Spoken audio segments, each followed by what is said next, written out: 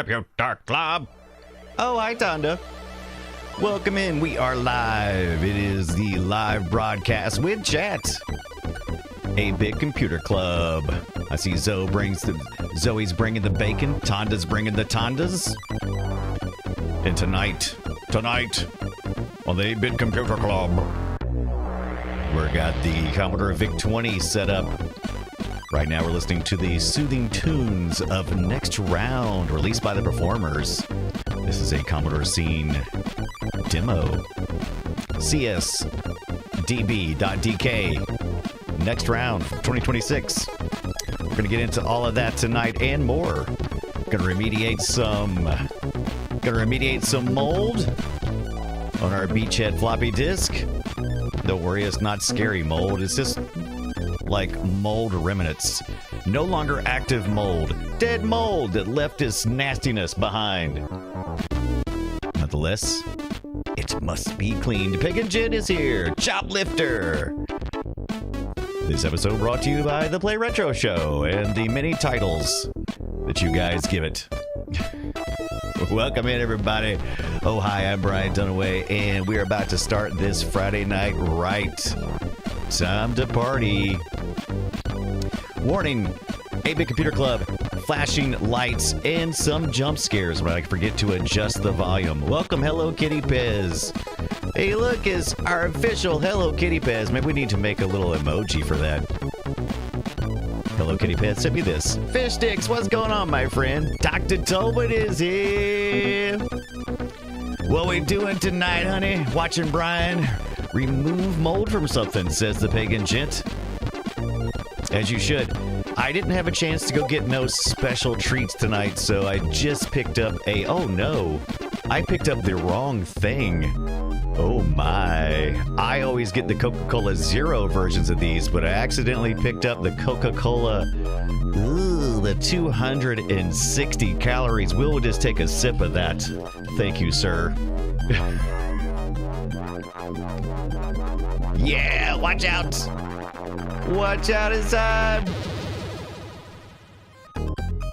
Ba-ba-ba-da-bow. Performers, that's who made this. They performed it.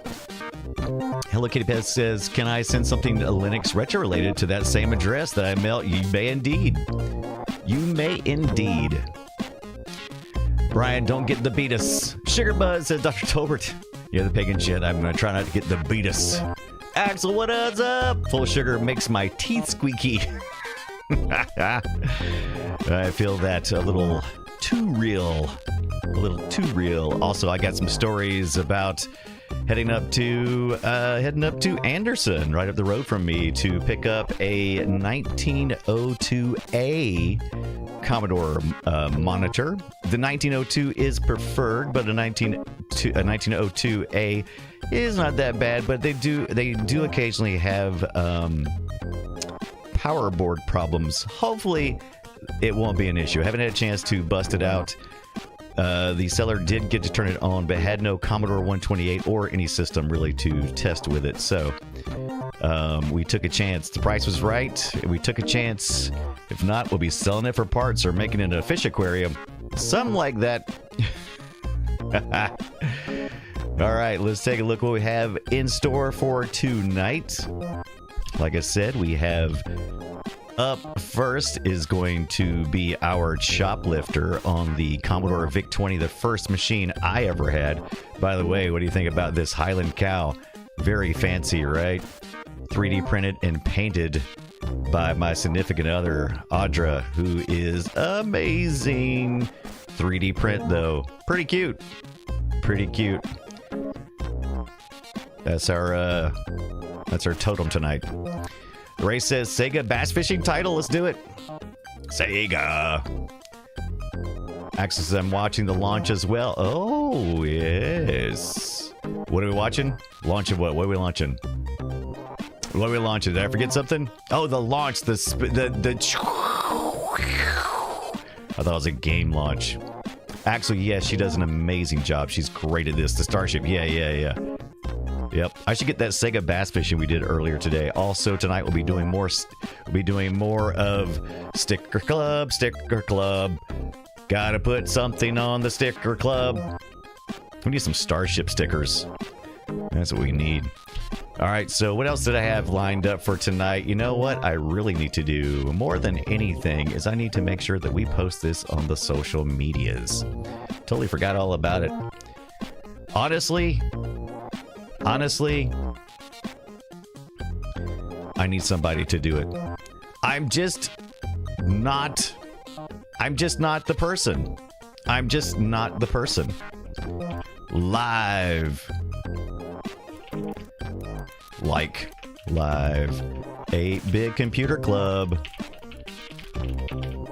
Also, I've had something weird going on today. I had, let's look at this disc before it drives us crazy. I had something weird going on today with Blue Sky. Every time I tried to post a picture of my VIC-20, it just kept rebooting. It was really weird. I didn't care for it. Axel says, I can highly recommend the Pentultimate plus two-thirds cartridge for the VIC-20. I've looked at that in the past. I need to get serious about it. So it says, but you are multi-talented, Brian. Well, thank you. I am multi-tasketed. Arcade Pinball, look at this. Me and Tonda Gasa, who's in the chat room, will be headed out to play some pinball this next week, as a matter of fact, and I'm pretty excited about it.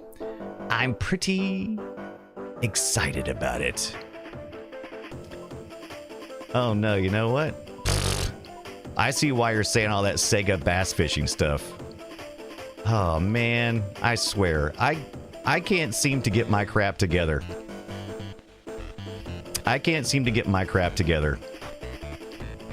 Oh man, I've been broadcasting all day. I set everything up. I went through such great pains to make sure that everything was set up, and then at the last second, I tripped over the finish line because I was trying to do some things. Taz, what's up? I was trying to get everything set up. Look at this pinball. I love this thing. This is awesome.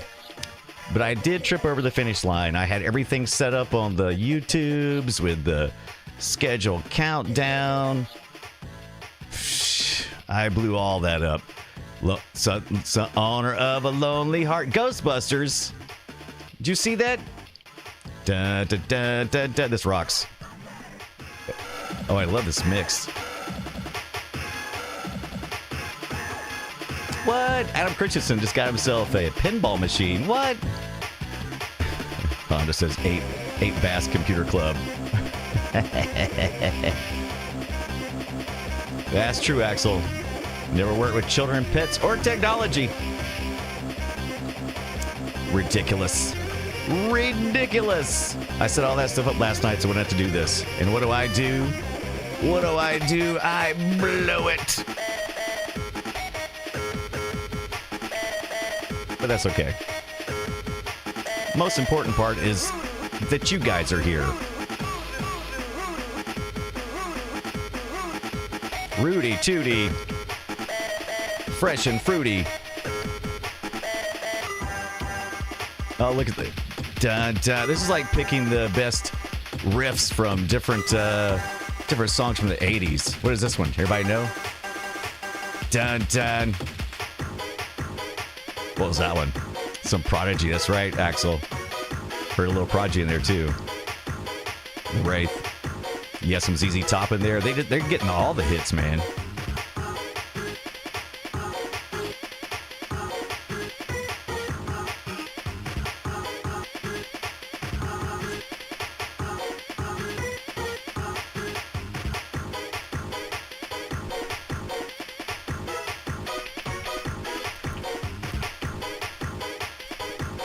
I'll have that social media stuff up in just a second. It's not flipping disc, is it? Am I supposed to flip disc now?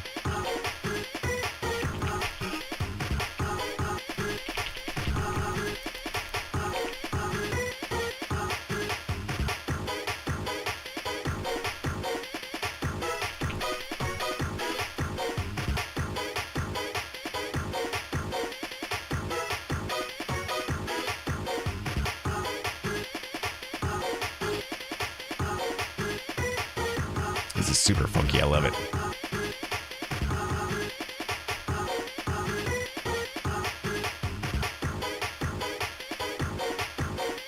I'm pretty sure it's supposed to flip disc at this point, right? What is this platform? This is the Commodore 60. This is the 64. What we're listening to. Axel, don't worry, we're not doing this on the VIC-20. yeah, because wow, that'd be quite the ask. I wonder what the demo scene is like on the VIC-20.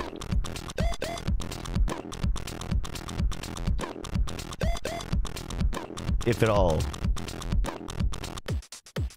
All right, finally I'm posting to the social media.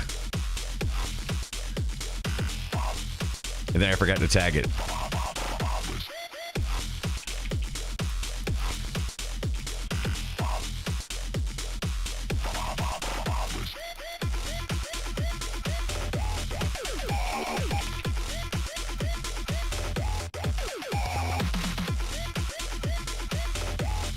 Next round.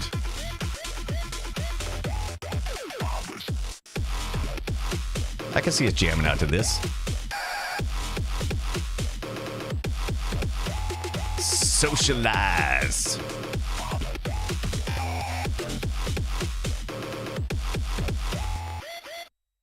Yeah, I thought I had everything ready. I was so proud of myself. I was like, do I need to? I'm gonna go. I'm like, I'm ready to go. And I forgot 4 things. 4 different things before I started. That's ridiculous. That is too high a number, but that doesn't matter because we're here now. Listen to this. Listen to this banger. I gotta ask myself though. I just gotta ask myself, are we in stereo or are we mono in this?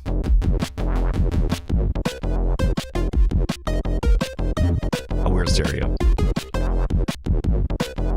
I love this demo. It's great. It is number two on the CSDB most played list for this month.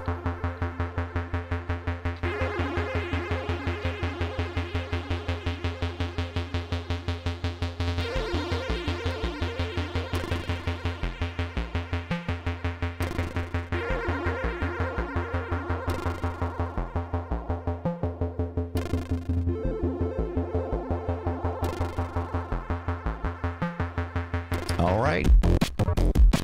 Ooh, did you hit that? That was a hit. Did you do that? Oh!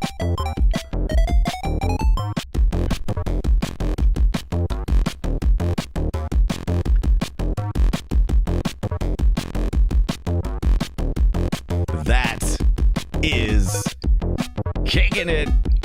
I love that. The something Pong Pac-Man Fever remake. This is maybe my favorite so far. I'm so oh, my balls are square. I'm so retro. My balls are square. I gotta remember that one. This is a good one.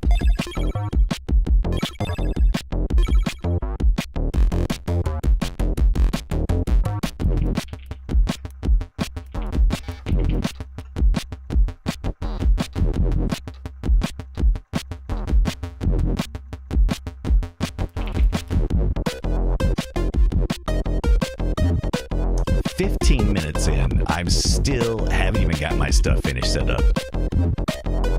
I was not as ready as I thought I was. You should be ashamed of yourself. You know what? That just tells me I need to start 15 minutes early next week. That's right.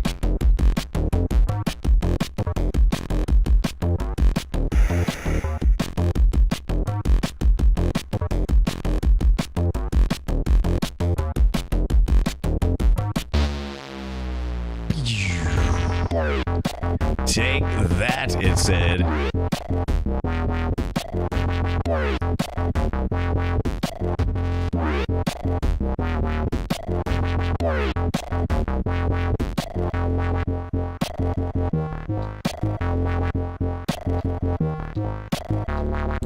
love that. That is cool. Look how sweet that is. Look at that ride. Look at that ride. It's game over, baby. Game over. What a ride. Axe says, that was nice and all, but I'm ready for them VIC-20 beeps and boops. So as we prepared, we were listening to Next Round from 2026, released by Performers as a C64 demo on the CSDB.DK Commodore scene. As a matter of fact, let's go take a little bit closer look at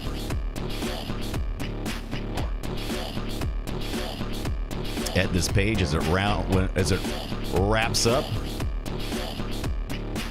Here we are here, Next Round 2026. Like I said, it was a C64 demo. It was released at X 2026, which we've seen a lot of this year. If you go to the CSDB homepage, you'll see this is number 2 in the top demos with a rating of 9.8 and tons of downloads. Check them out.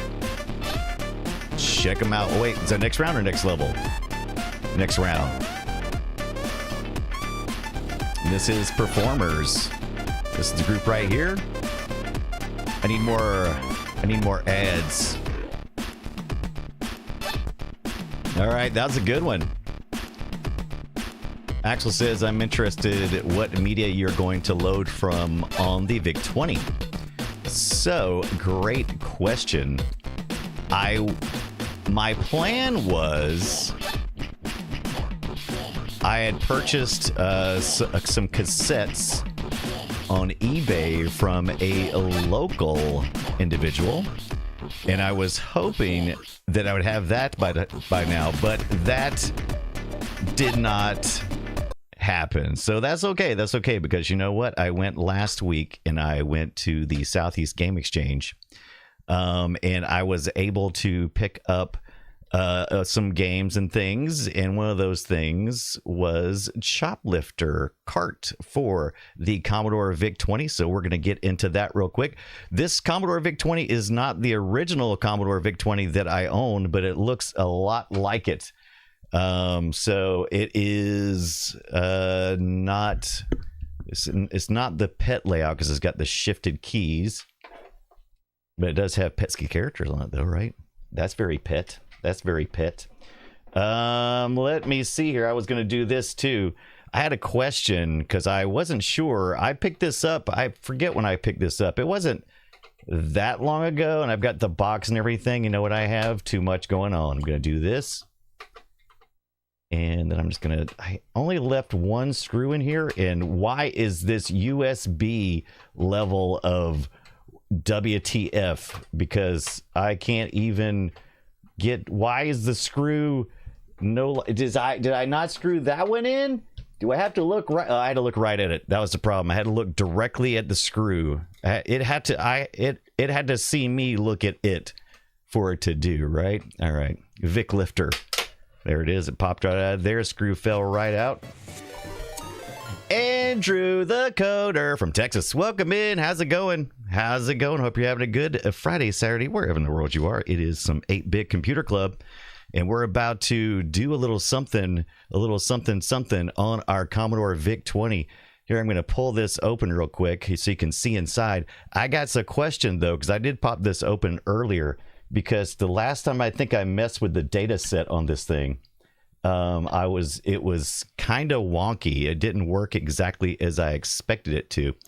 And so I think I might have to go in there and, test some chips and the sort, but I was curious about this cable right here. There's a cable running over the board from here, and it goes through here and is wrapped around and it's over. It comes over on this side. I'm like, well, I don't recall that being a cable that was on the original board. So I don't know. So I'm gonna have to probe this bad boy, get in there and check some stuff out. I'm not sure if there was some repairs or some kind of mod or something that I'm not aware of, but that's neither here nor there. That's what I'm thinking, a bodge cable, because it doesn't look like an original cable that would have been on the system. So I'm assuming some sort of repair. And so that's fine. It could be a mod. Usually when you do a bodge, it's kind of small, and usually like a mod is more like you know, you just get in there and you get some big old giant wires, and you don't care if anybody sees. All right. So I'm about to put the cart in now, so I got to turn it off. Oh, Axel says turn it off. Yeah. I was just trying to get it positioned into the slot because this slot is very tight. All right, this is a very tight slot. Even before I get down to the pins, it is super tight. And now I'm down at the pins, and now I can go in. All right. There we go. But yeah, a few of you got me in a sweat then.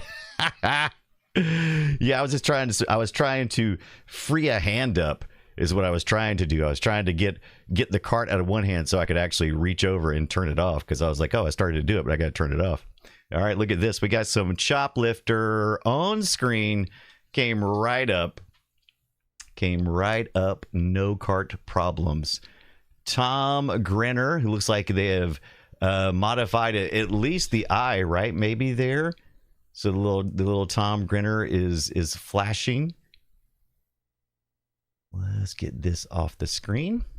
All right, let's see if we can remember how to play Choplifter. Let's hit that space bar. Let's hit the fire button. Oh, look at this! Around and round it goes. It's got your first chopper. Oh, hi, Captain Kipper. Welcome in. It's time for some Choplifter. Hello Kitty Pet says it doesn't exist until you look at it, like Quantum and Cats. Talking about that screw from earlier. That is the truth. All right. Oh, that's right. This is a mono game, so it's only coming out of one side. Let me monify this audio signal before we go any further. Well, this is some Vic chip stuff right here, right? You enjoying that Vic chip? There we go. Now we've got into both. Hello Kitty Pet says, capture the audio and stump Scott this week. He'll never expect you to pick Choplifter from a comment. It's worse than that. It's a Vic 20. He would have no clue. All right, who likes this red down here? All right, we're in the air. We're in the air. Do we need more audio or less audio on the game? What do you think? All right, here we go. To turn, you would usually play this with a single button and was an 8-way pad, 8-way stick. Oh, you really? Axel says I think it had a better white noise. Okay, so yeah, I see that. So I can go back forth like this. But what if I want to go? What if I want to turn around? Well, that's either a short press fires or a little longer press. It starts rotating, so I can do that, right? All right. Now we need to go rescue. We need to go fight some tanks and rescue some people. Typically, you go from right to left. I'm curious, though, what happens if I try to go this way? Oh, I will end up running into the wall, so that's good. That's exactly what I would expect from Choplifter. I can get up a little higher, right? I've got people waving up here. Can I save this guy? Wouldn't that be a nice little Easter egg if I could go up here and save this guy? Okay, so it's the Vic Choplifter. All right. Let's get turned around, man. This is the hard part. Not accidentally. All right, so there's our entry into the battlefield. There's some guys. They're running this way. Let's get down here. Oh, where are they going? They're still running. All right, so I got these guys. All right, I got two. All right, now here's the risk. Here's the gamble when you're playing Choplifter. Oh, look at that. So I can, in order to actually lock those two, in order to lock those two into points, I've got to deliver them, right? It's not just to pick them up, you got to deliver them. That's Choplifter. That's Choplifter. All right. Okay, let's see if we can. Oh no, I just mowed down a couple of guys, but that's okay. All right. Oh, we got a jet here coming by. Oh no. All right. Oh, will we have time? Oh, I lost a guy. Oh, sorry, guy. All right, I gotta stay out of the. All right. Oh, we got another. Oh no, we all died. Oh no. Oh no. Yeah, actually, it's like Defender. Nice game. Yeah, not bad for a Vic 20, right?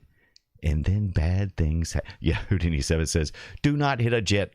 Oh, never mind. Bad things happen. I know, Zoe. It was rough, but we did it. We got So this is just one of the many Choplifters. I have this on several systems. Whenever I see Choplifter for any system, I try to pick it up. It's a running joke on one of our podcasts called the Play Retro Show. The Treasury is not paying for that jet, right? All right, so now we're into the play field here. We're going to do the same thing we did last time. As you can tell, we've still accrued. All right. Uh-oh, because that jet, what's it going to do? Oh, they like apples.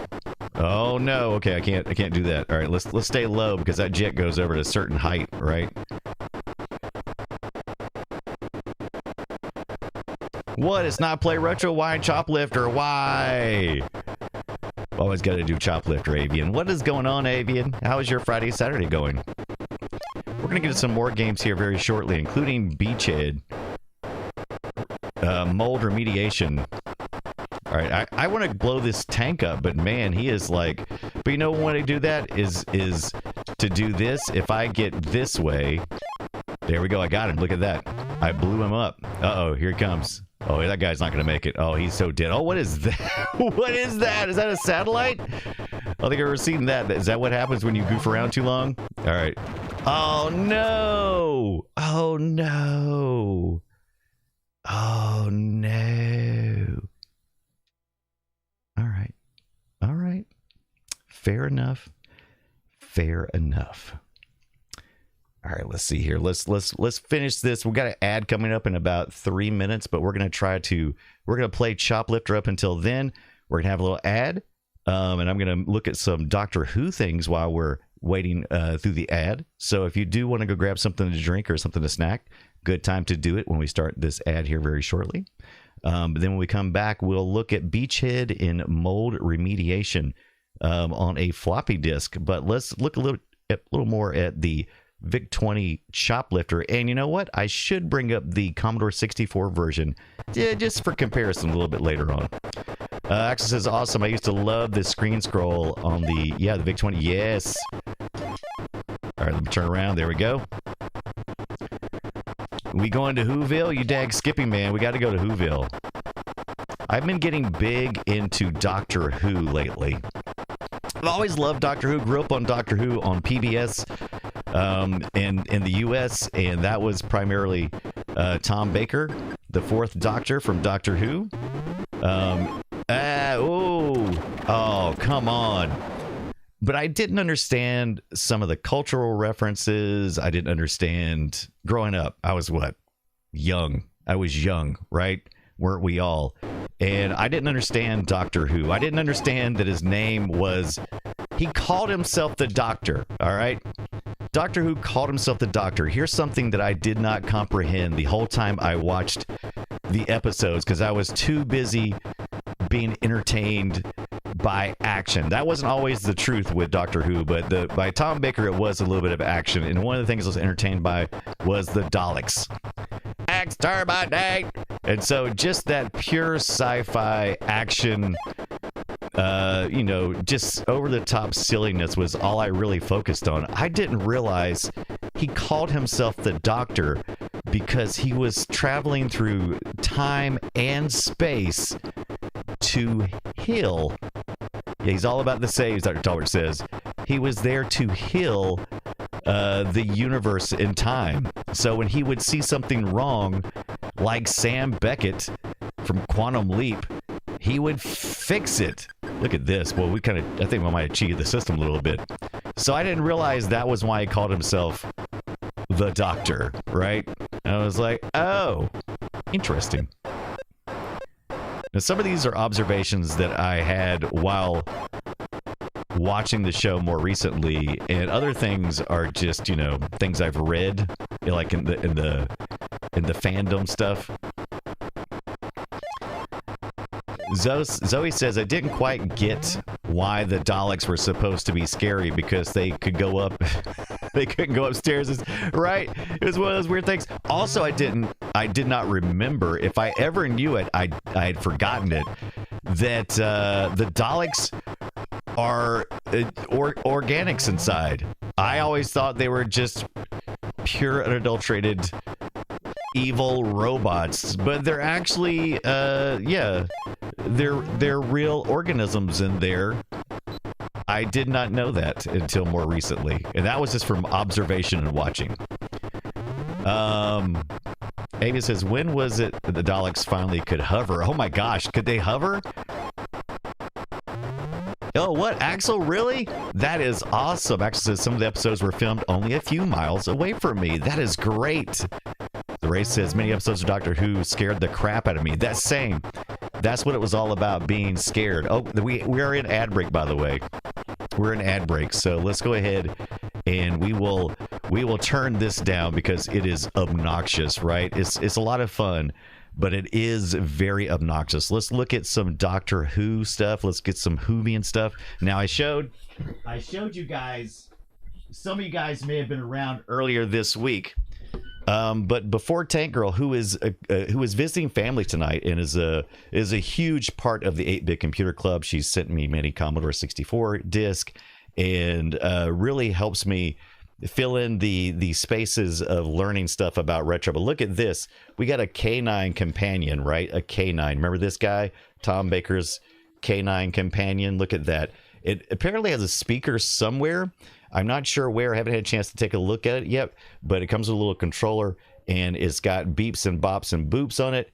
And we will eventually get to those beeps and bops and get some batteries in there. But look at this K9. How cool is that? I remember K9 and loving him. Yes, these little things work. I know, the rate. That's a life-size K9. Brian is a giant. Yeah, it's true. Yeah, it's true. I'm a giant. But yes, it's raw. I'm too big. It's like the TARDIS in here. I'm like a reverse TARDIS. Ax says also one of the doctors married the actress who played Trillian in the BBC Hitchhiker's Guide to the Galaxy. Well worth a watch. Not the film. I did not know that, Axel. Interesting. I also didn't know the broadcast scheduling of Doctor Who. Apparently, it was aired on Saturdays at tea time. I'm sure also other airings were available, but that was the primary go-to, which is what, like roughly 5 o'clock in the afternoon, a little tea time. How British is that to do it during tea time?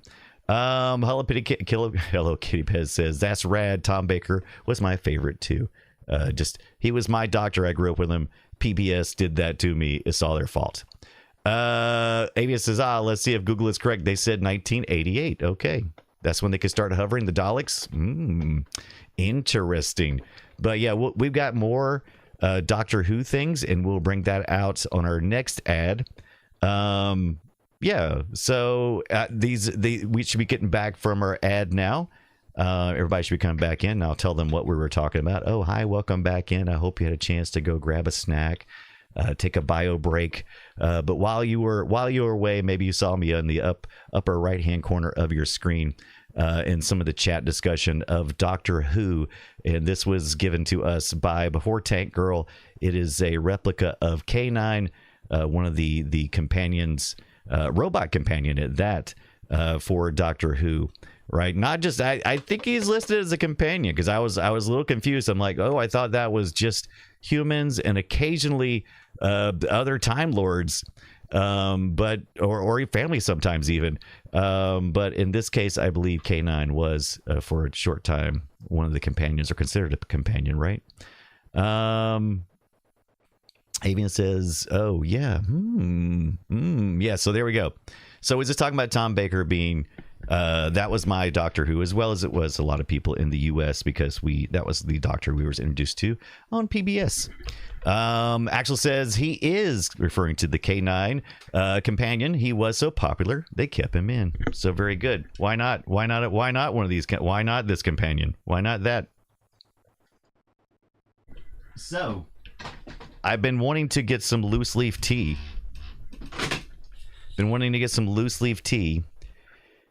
Episodes were around 25 minutes long, and they were serialized, and a story arc would go, I guess, 4 or 5 episodes to fill in, and it would go during typically during the fall months through Christmas, and this is just what I have to my understanding. So if I'm getting any of this incorrect, let me know. And it was typically shown at tea time on Saturdays. Avon, I do not have a strainer. I was actually looking at some authentic teapots of the time.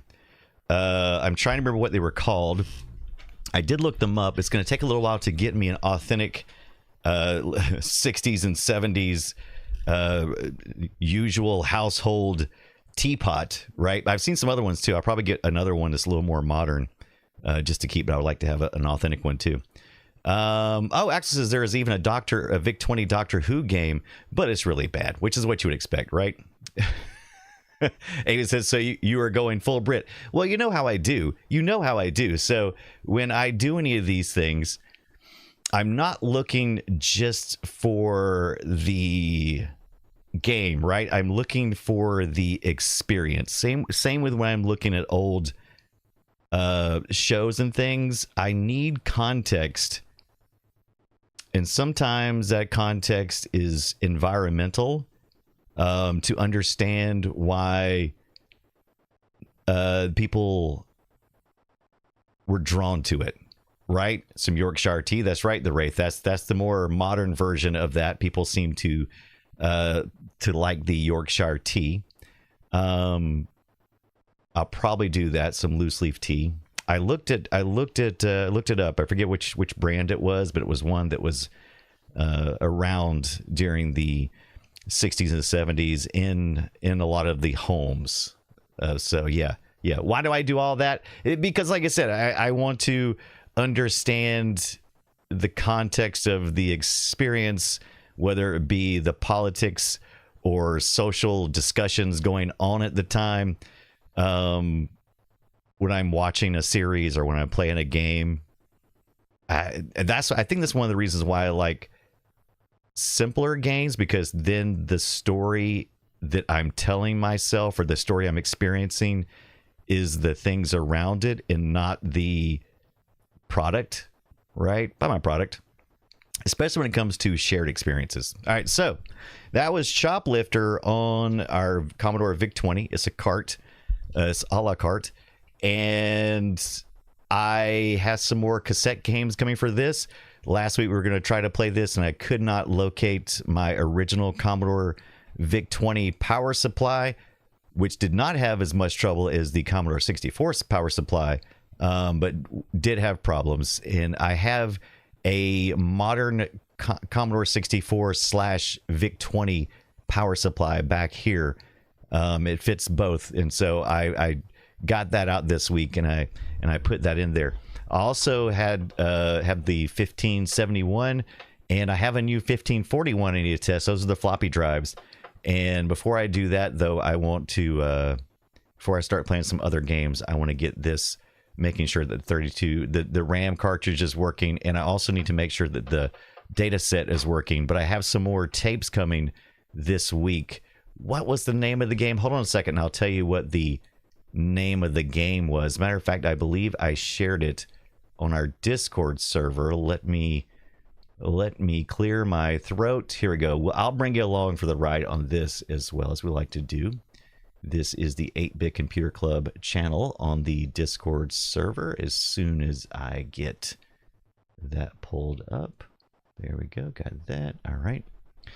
And we're incepting things. We're having our inception moment until I find the club. There it is. Oh, by the way, the Axel says I had asked this earlier. This is a question for you guys, and you can send a message later. You can type into the chat whenever you get ready.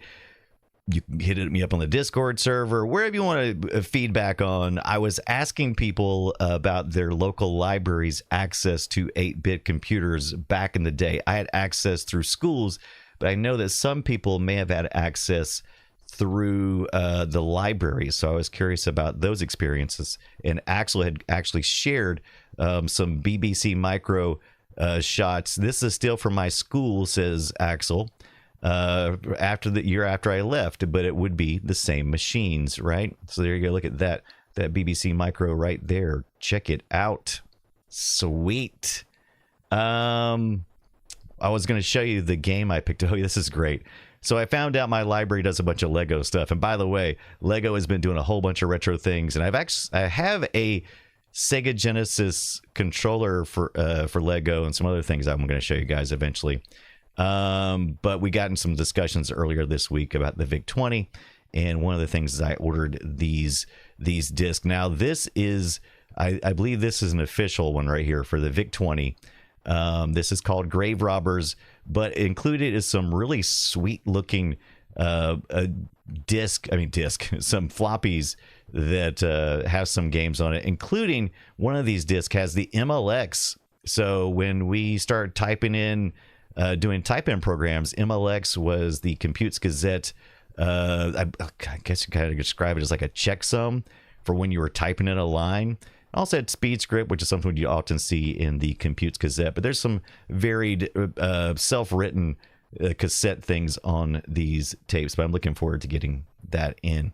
Axel says we watched it because there was only Axel's giving us some straight dope. There's several people in the chat who have the straight dope about the experience because they grew up in it. They were there. Avian says, I don't know if I could. Might have to ask my mom on how to do appropriate Aussie tea time. Ooh, Avian, I'm wanting to know more about that too. I love regional. What's the word I'm looking for? Regional practices on tea, especially like tea and coffee. The Ray says, oddly as a Brit, I've never liked tea and prefer coffee. Nothing wrong with that. Every once in a while, I'll find an American who seems to be more into the tea than coffee, which is not the norm. It's usually the other way around here. Captain says, I found a pile of VIC-20 tapes tonight. Awesome. Let's see. Zoe says, I used to drink more tea. I'm more of a coffee drinker now. Yeah, I think it's taking a turn. Captain Kipper's a hoarder. We know. Axel says, we watched it, Doctor Who, because there was only 3 TV channels. So Saturday night was a big thing and everyone watched the same show. The whole country so different now. I believe I was reading some things that one of the reasons, I forget which boom they had on Doctor Who, but there was like an ITV strike, which is like a commercial level broadcast, and there's only 3 channels, like you said. So Avian says, I am so weird, I like my iced tea. All right, missing some really great stuff here. I'm going to go back and read these. Pagan Gent says, is the Apple II GS 8-bit or 16-bit? That was my first library computer. So oddly enough, that's one of the subjects we're going to talk about very shortly, the Pagan Gent. The Mr. FPGA has, there's a project for the Apple II GS. They didn't think it was possible, but it is there. So my take on is the Apple II GS 8-bit or 16-bit? Well, it is the end line of a particular series of machines that had up until that point been 8-bit. So any of the 2 series, the Apple II series, had been 8-bit up until that point. And so even though they went to a 16-bit processor in the Apple II GS, it was really more about adding a little speed and mostly sticking with the 8-bit compatibility. So they were looking at being compatible with a lot of the 8-bit applications and things. So even though it may have been a 16-bit, a majority of your library, your software library is still 8-bit. So I think it still fits. Blazer says, my first interaction with a computer was with a Commodore in elementary school. We had a computer class when they got Apple Mac with different color see-through monitors, and I was amazed. So the old iMac was the iMac G3. Those are awesome. I need to get one. Yeah, Hello Kitty Biz is the laser tapes. Laser tapes. Those things look cool, don't they? All right. The Brace says, I remember the BBC computers being twice the price as the Commodore 64. And of course, BBC had a deal to get those. No, was it the BBC? No, it wasn't the BBC. Who was it? Was it the BBC that did the Acorn computer and put them in the schools? The Acorn computers typically were more expensive, but I think Acorn made a deal, right? Am I remembering that correctly? I'm still trying to solidify the things I am learning about 8-bit computers in different markets. So it was Acorn? Yeah. All right. Nailed it. Learning it. Getting more 8-bitty. I'm Brian 8-bitty. All right, let's see. What was I doing? Oh, let's turn this Vic 20 off and let's move back over to. So I got a couple of things on this mold remediation thing. Was it you, Captain Kipper, who told me or gave us a link to that that 3D print? I'm trying to remember. It might have been you, or was it somebody else? But there was we pulled out. Let's start from the beginning. Apologies. I'm jumping around a little bit. Captain says I did. All right. So what I did was I went to the 8-bit computer. I didn't go to 8-bit computer club. I'm not talking about. I went to the Southeast Game Exchange, and I found, oddly, not something that's too common at this convention. It's an 8-bit computer. This is Beachhead on a floppy disk. It was the first real game that wasn't an arcade port that I had for the Commodore 64. When I picked it up and looked at it in the light, it looked fine. And then I got it home, and after a couple of turns of the disc, I noticed something quite troubling. Hold still. Noticed something quite troubling. Let's see if we can get a look on this. I should probably put this under a microscope and see if I can see any pitting or anything. All right, let's see if we can get a really... Okay, so that's not too bad. You might be able to see what I'm talking about here. Okay, so can you see those spots that are on there? So there we go. So there's like these little spots. So that's not active mold, but there has been mold on here that was active at one time, right? So the disc seemed to load up fine, but I didn't want to put it back in until I could really get it. Disc mold, no! Yeah, I have disc with fuzz all on them, says Cap Kipper. Right, so some old mold. Oldie moldy. It's an oldie moldy. And so Cap Kipper sent me a 3D print. I don't know if this is exactly the same one that you sent me, but essentially, so this is what you do here. You do this. I printed this all in just PLA, standard basic PLA, using my Bamboo Labs A1, and it printed just fine. It looks fine. Oh no, man, I've done that so many times. So if you print one of these out, that little hub piece, it don't stay in there. It doesn't like click into place or something.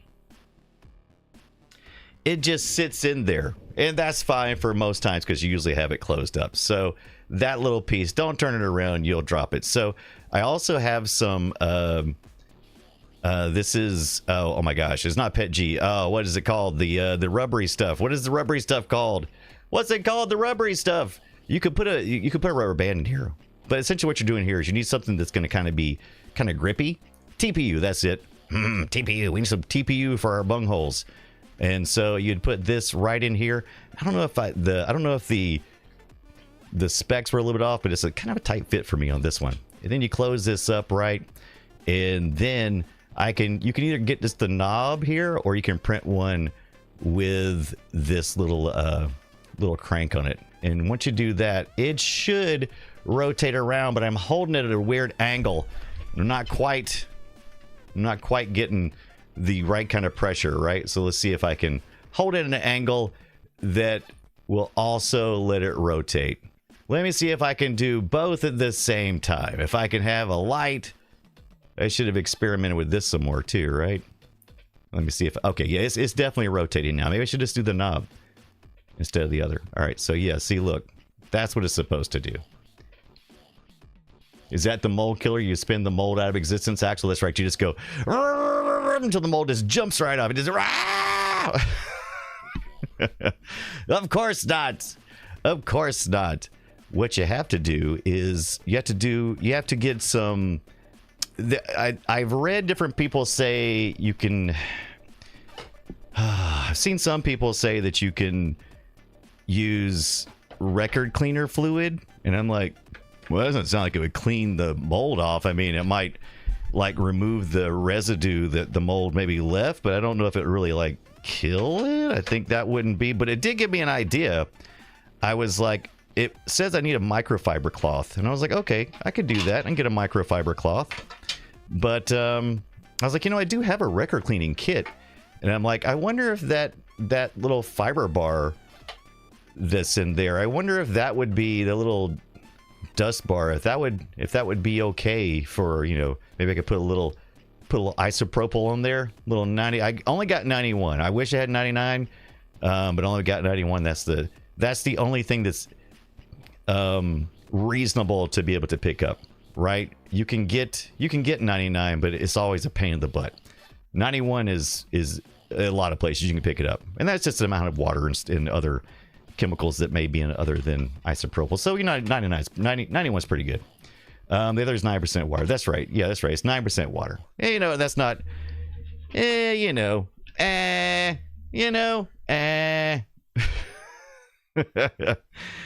like it's 1% water if you get the other, or 9% if you do it that way. So I'm like, I don't know. Is it worth it? Maverick, what's up? Yeah, Maverick, the Wraith, yes. 99% for Amazon. I've gotten that plenty of times from there, and inevitably, I don't. Inevitably, it's something always happens to it. So yeah, so it always happens. But the 91%, I mean, come on. I mean, as long as I'm not like, if I'm like soaking it, maybe. But I think if I'm just like, if I'm just damping it, making it a little damp on my microfiber cloth. Yeah, yes, exactly, Cap. 91% is on the shelf at the Walmart and Walgreens. You can just walk in and pick it up. 99% I have to get it. I have to deal with all the crap. It always seems to be such a hassle. Kirsty, what's up? If something keeps happening to you, you might go blind. Be careful. Be careful.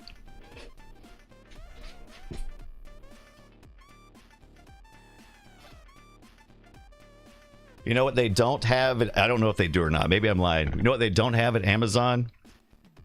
These easy and convenient 91% spray alcohol things from Walgreens that I can walk in any time of the week at a reasonable price and put in my hands and walk out the store. Right? It's like, it's so easy. It's so easy. It's so easy. I mean, I'm not going to I wouldn't drench it in it because, we're not talking about doing very much anyway, right? I mean, just enough to hit it. Just enough to hit it and quit it, right? So let's just see if this gives me any type of joy. I'm not going to look at it. Now, I'm also, by the way, I'm doing this side, but there's really the data's on the other side, right? You see the vision now. Are you getting a little bit? Yeah, do the bottom. You can see how it. Wait, is this evaporating? I mean, it evaporates so quickly. I mean, it's still evaporated, right?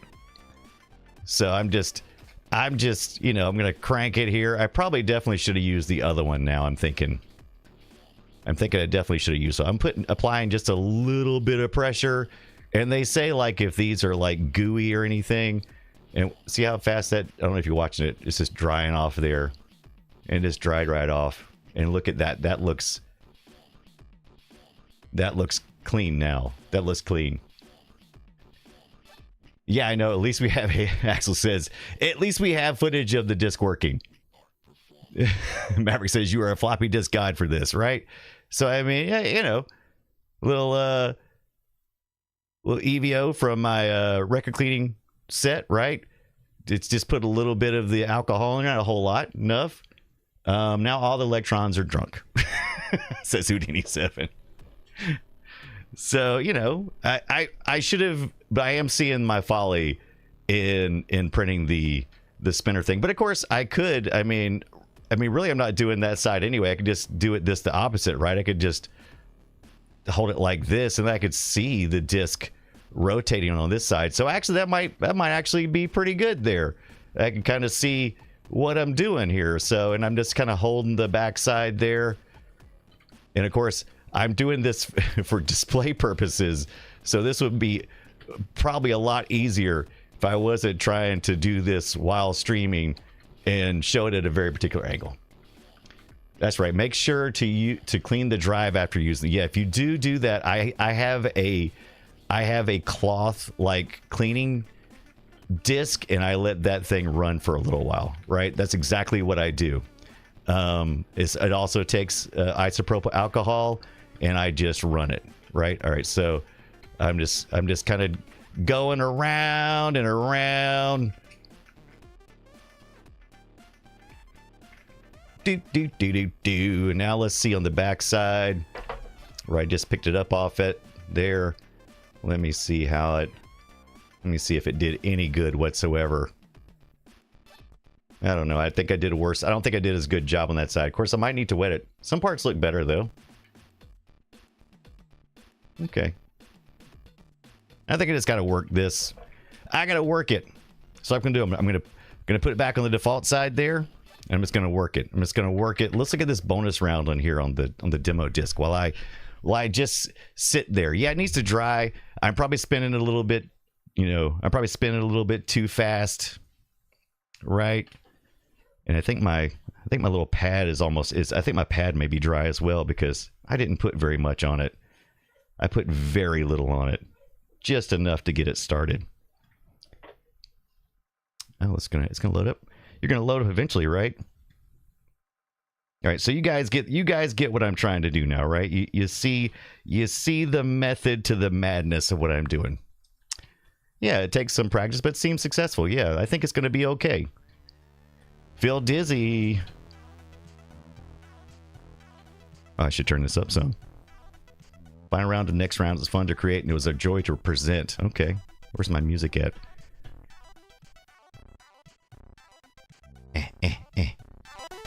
Gotta do the cursor up and down. Okay. Oh, okay. Intro music until end of intro. Very good. I think I would, if I was suggesting somebody to do this print, I don't think I would bother with the little handle thing. You can print it in two ways, and I think printing it with the handle is probably not the way to go. Just rubbing it around with the other is much better, I think.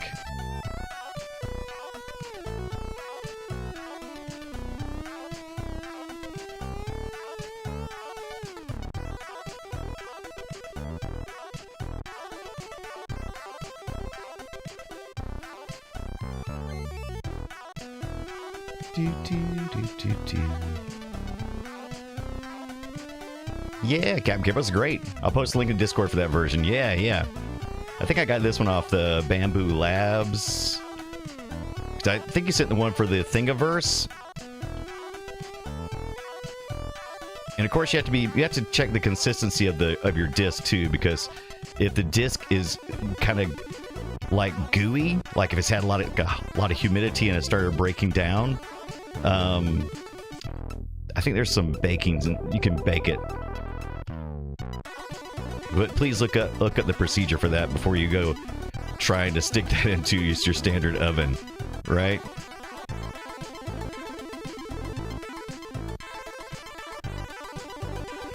And we'll see if this disc still functions afterwards, right? So what I did was I left half of my pad unalcoholed to kind of keep it dry.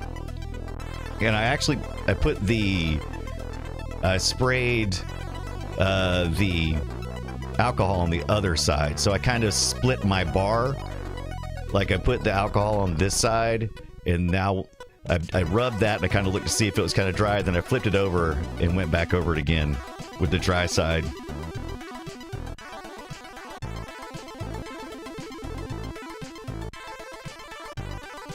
There's no need to fear.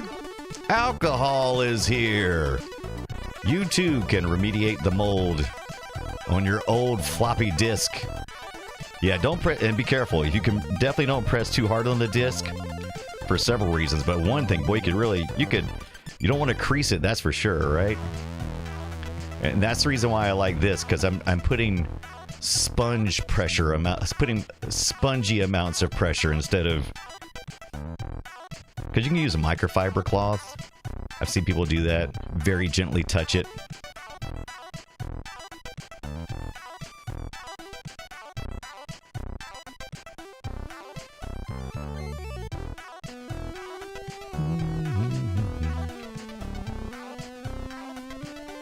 And then at the very end, you just do this. You spin it around.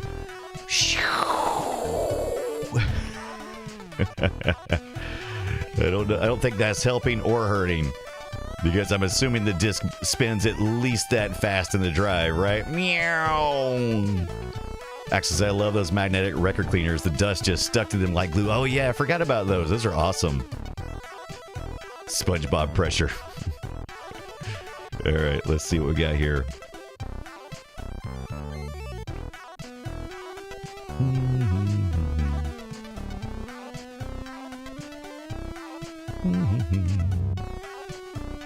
We're going to let that chill out for just a minute.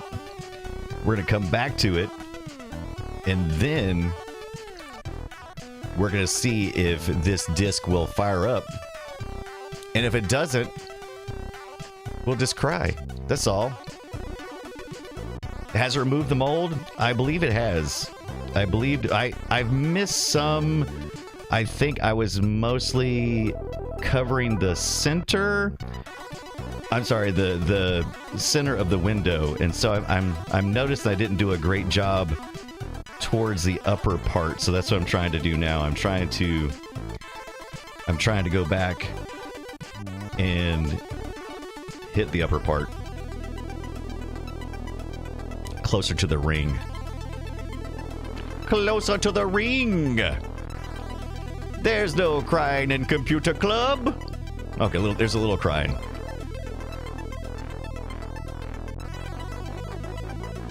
Insert your coins.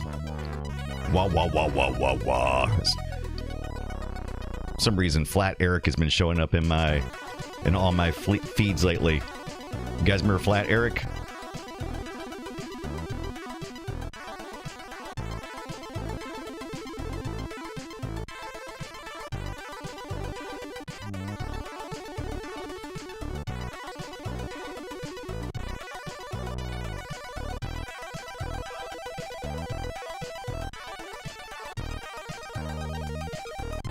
Diddly, diddly, diddly, diddly, diddly.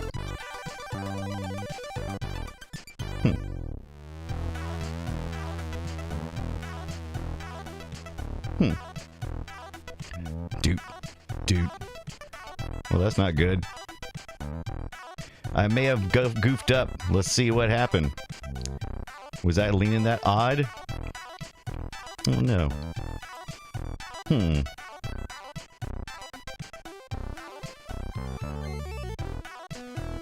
Wouldn't be the first time I messed up.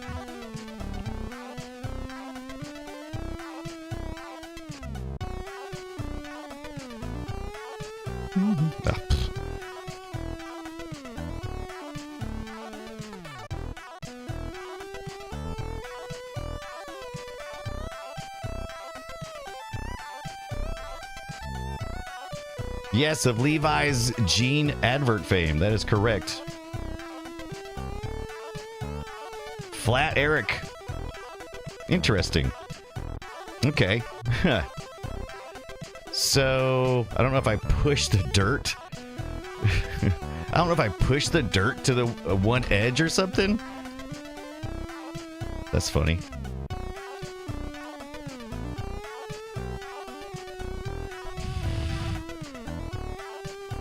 Because I'm having to... I think I was cleaning just the lower part of it, apparently.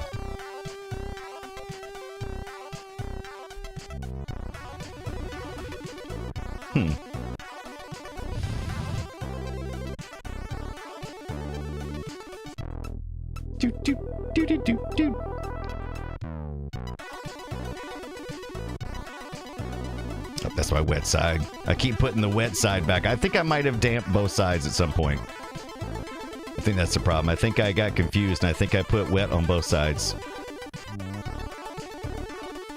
And now it has got a big wet bar. If you rub harder, you get beach head too. Love it.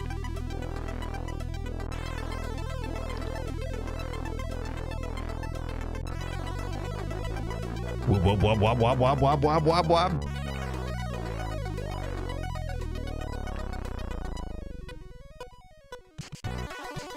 Shiny.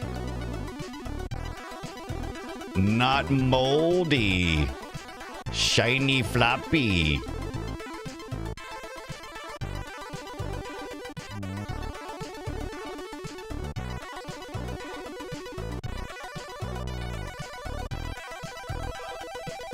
Was it John Wet Bar? Is that what it was?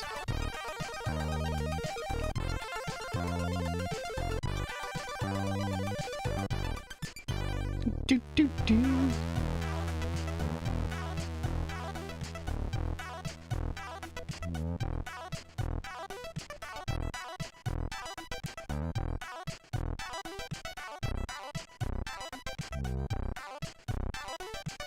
John Dunbar. Oh, I got you.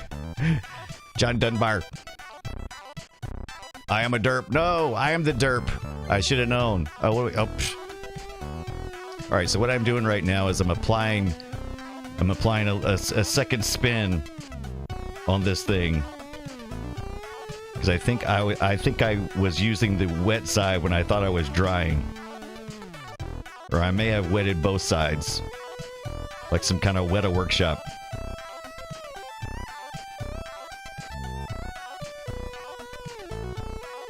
I might have to get one of my other microfibers out. But I think the idea was pretty much working until I accidentally wetted both sides. Way to go, Wetty! Otherwise, it looks like I don't see any... I mean, in the spots that I've done, I don't see anything left. I don't see any of the evidence of the mold. Like, I was worried there'd be like black spots and stuff, but it was pretty light. And one spot, maybe.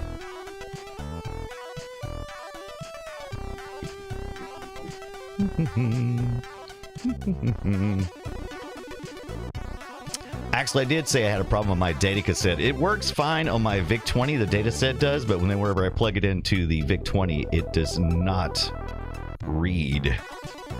So I'm assuming it's the port.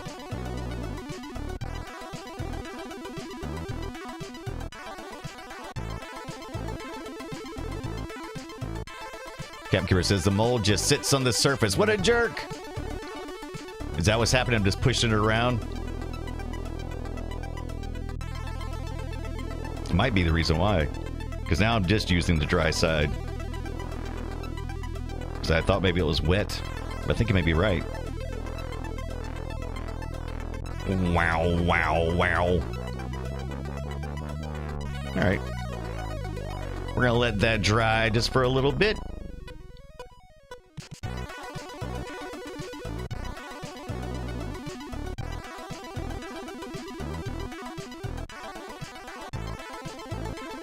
Yeah, I think maybe...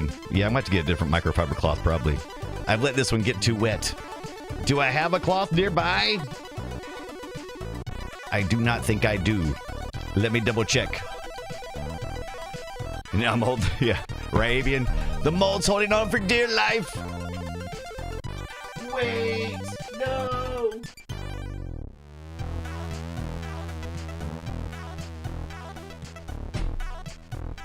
Hold on to your butts.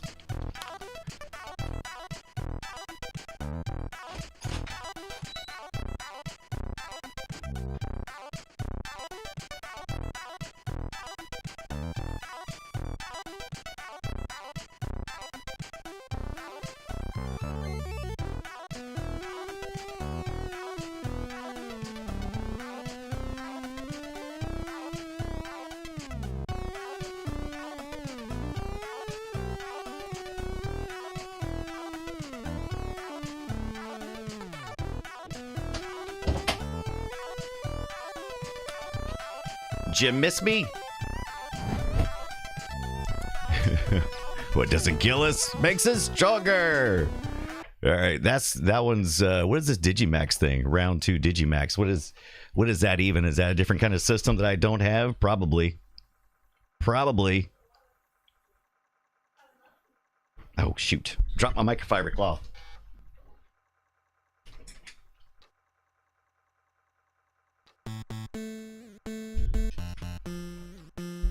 What is this? Axel, you know, I can't remember. I'll have to go back and it's been a couple of months since I've done it. So I have to go back and look.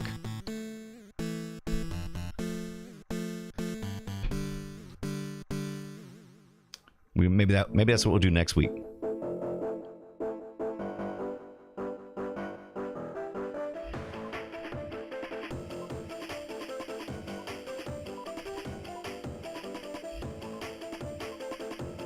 I think you're right about the mold sitting on top. That's weird. It's like it keeps moving around. At first I thought it was damp or something, but I think it just moves around. If I put alcohol in again, it moves. That's interesting. But it doesn't seem to look like... Okay. I think if I haven't wet both parts of the bar, I think I would have been better off. Maybe I need to mark the bar next time.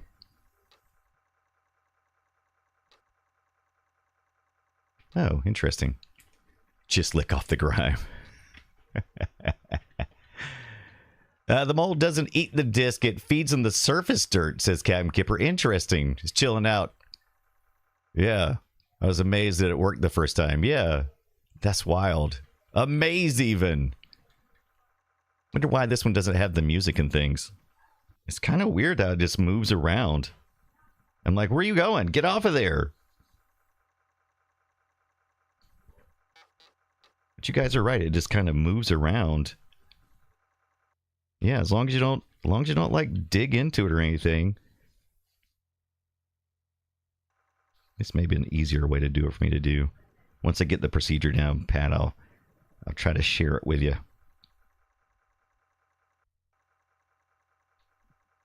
Oh, that's interesting. All right. Okay. Well. Okay, let's take a look at this. Take a look at this. You'll see what I mean here. Now I went and I picked up one of the other microfiber cloths, right? And put a little bit of alcohol on it. And at first I thought, oh, I got too much alcohol in there. I didn't dry it. And then I was like, no, wait. Because I thought I just dry it. And that didn't work. But if I take some more alcohol, and that's actually wet there, it wipes it off. And I'm like, that's weird, because when I was spinning it, it got into it, like it just went into a line. So you guys are right. It just works on the surface dirt. That is so weird how that works. So all I did was I pushed it into a little ring because I was, I guess I was just, that was the part I wasn't touching with the alcohol. Yeah, maybe sticky tape to pull it off the surface. I think it's coming off. Just I'm having to do one window at a time. Like if I'm doing like it's intended to. All right, well, you know, I'm learning. But I think it's definitely working, and I don't think there's going to be any long-term damage to the disc, so that is way cool. Like I said, the spots are gone. It just kind of, they're kind of like it's all kind of like in a band now. So I'll have to go back through and get that band, right? I don't know how fun that would be to watch, but yes, look at the spots. I mean, there's completely gone.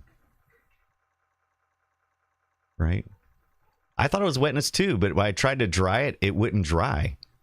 Those darker spots only came off with alcohol, and they came off immediately when I put the alcohol on it. But I tried to just dry it, nothing. So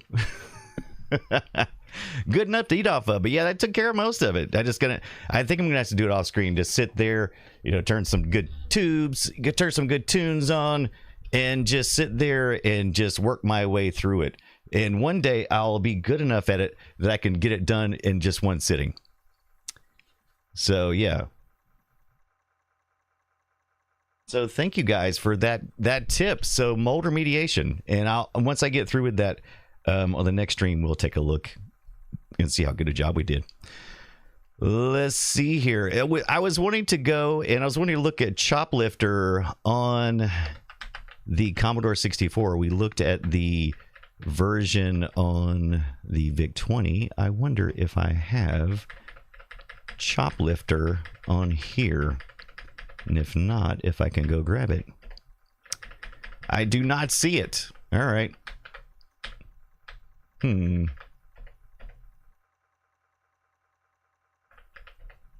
Okay. Let's get that. Enter the Hinterland. What is that? All right. So, hey, let's talk about this. Today I went and picked up that 1902A Commodore monitor. All right. I haven't looked at it yet, but I got a good deal on it. Even if I end up just using it for parts, I feel I probably made a good purchase. Hopefully it will be functional, or at least something that should be easily fixed. So this is the Commodore. This is a monitor for the Commodore 128. You could use it on the 64 as well. But it has a switching mode, so you can switch between the 80 column mode and the regular like 64 mode. It was the A version, which was a later model. As people have pointed out in the past, I believe that the A was typically it's a 13-inch display, but the A was a little more cost savings, right? Taz says, side note, you know how it appears to be an Empire branded floppy disk holder. Oh, I got you. Yeah. Okay, I got you. I was like, what are you talking about? What are you talking about? Yeah, but this red is very much that, right? Yeah, the CV128 Empire. Yeah. Look at that, Wraith. That's 128. They're all over the place with prices. I meant to look for the A anyway. So this is essentially the A, right? This is someone selling it on eBay for. I paid less than this, but it's not bad looking. I would love to have that power. That surge protectors. That's pretty cool in itself. Look at that, man. That's pretty cool. Wow, that might almost be worth the price. No, I'm just kidding. The Darth cleaner, but yeah. So you have the 80 column mode, which is this mode for on this monitor, so you can switch between them. That's the cable that plugs into that part of it, and then you got your standard 64 mode that just plugs into the regular, Luma Chroma type connection. Let's see if it's got the ports in the back. There you go. So yeah, I don't know if you can kind of see. That's a little blurry. What do people take pictures with? What are they doing it with? I get all kinds of pictures of stuff. I'm like, hey, yeah, send me some pictures of that. I'm like, what'd you do? What are you taking pictures with? I don't understand. Do you not have a modern phone? How can your picture be this bad? How can it just be this bad? I don't understand. But yeah. It's the potato quality, right? What is up with that? I don't know. I'm like, what are you doing? All right. But yeah, I picked that up. Hopefully we'll show that off next week. I'm planning on taking a look at it tonight or tomorrow and seeing what shape it's in and looking at that. Axel says, please say it wasn't a Commodore phone. Bacon Gent says it clearly took that photo mid-earthquake. Yeah. There. Oh man, that's terrible. But yeah, so I'm excited about checking that out. It also came with oddly, they just listed it as a monitor, and they had pictures of a 1541 with it too. That's the floppy disk drive, and I was like, are they selling that as well? I don't know. And Zoe, thank you so much for hanging out tonight. We'll see you soon. Get some sleep.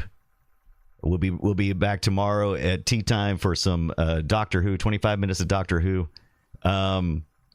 streaming on the Discord server possibly. Yeah, to go get some sleep. Yeah, good night, my talented friend.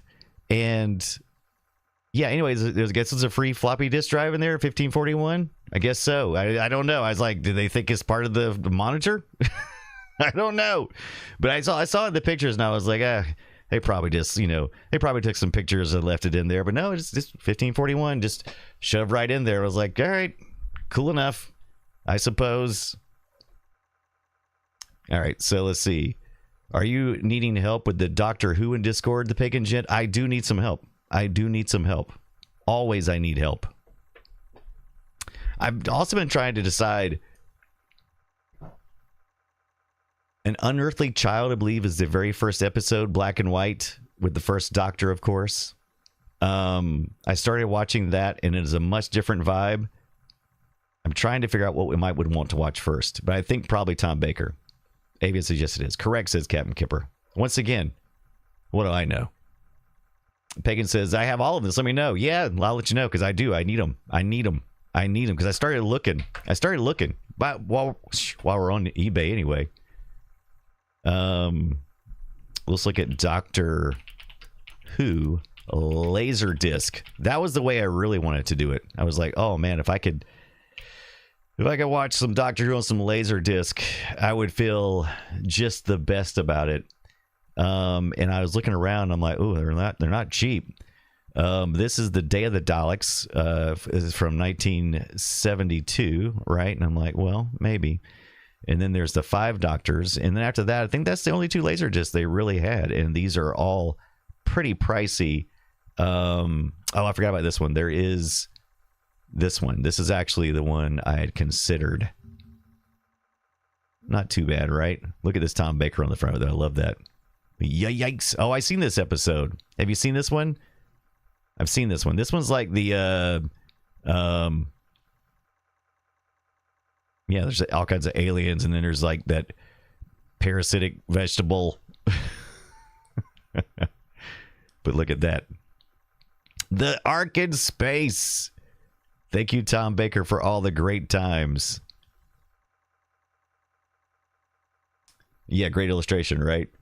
There were several Doctors Who's movies in the 60s with Peter Cushing as the Doctor. What? I didn't know that at all. Axel says it's amazing what you... Oh, yeah, bubble wrap, yeah, for the graphics and stuff. It all looks like magic. Yeah, the Wraith confirms that the BBC was pretty bad at archiving the early stuff. Yes. And I believe they actually have some audio from that, but they lost some of the video. So that's neat. So maybe you can use your mind to remember. Maybe you can use your mind's eye to watch it. That's right, Captain Kipper. The BBC wiped master tapes to reuse them. Always a bad idea.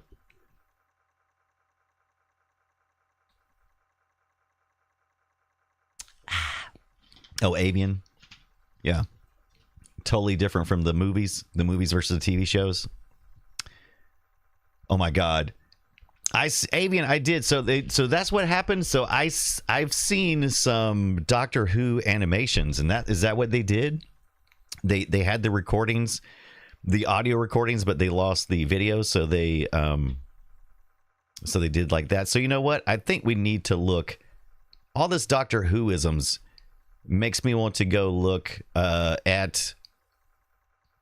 Oh my gosh! Take a look at this before we do that. Makes me want to go look at. See if we can find us a Doctor Who. Look at this. Personal car chase. Oh, didn't pop over to the right thing here. Hold a second. Look at Captain Kipper sharing this gold here. This absolute cassette slither. Look at this. Space math. I can't even do terrestrial math. How am I going to do space math?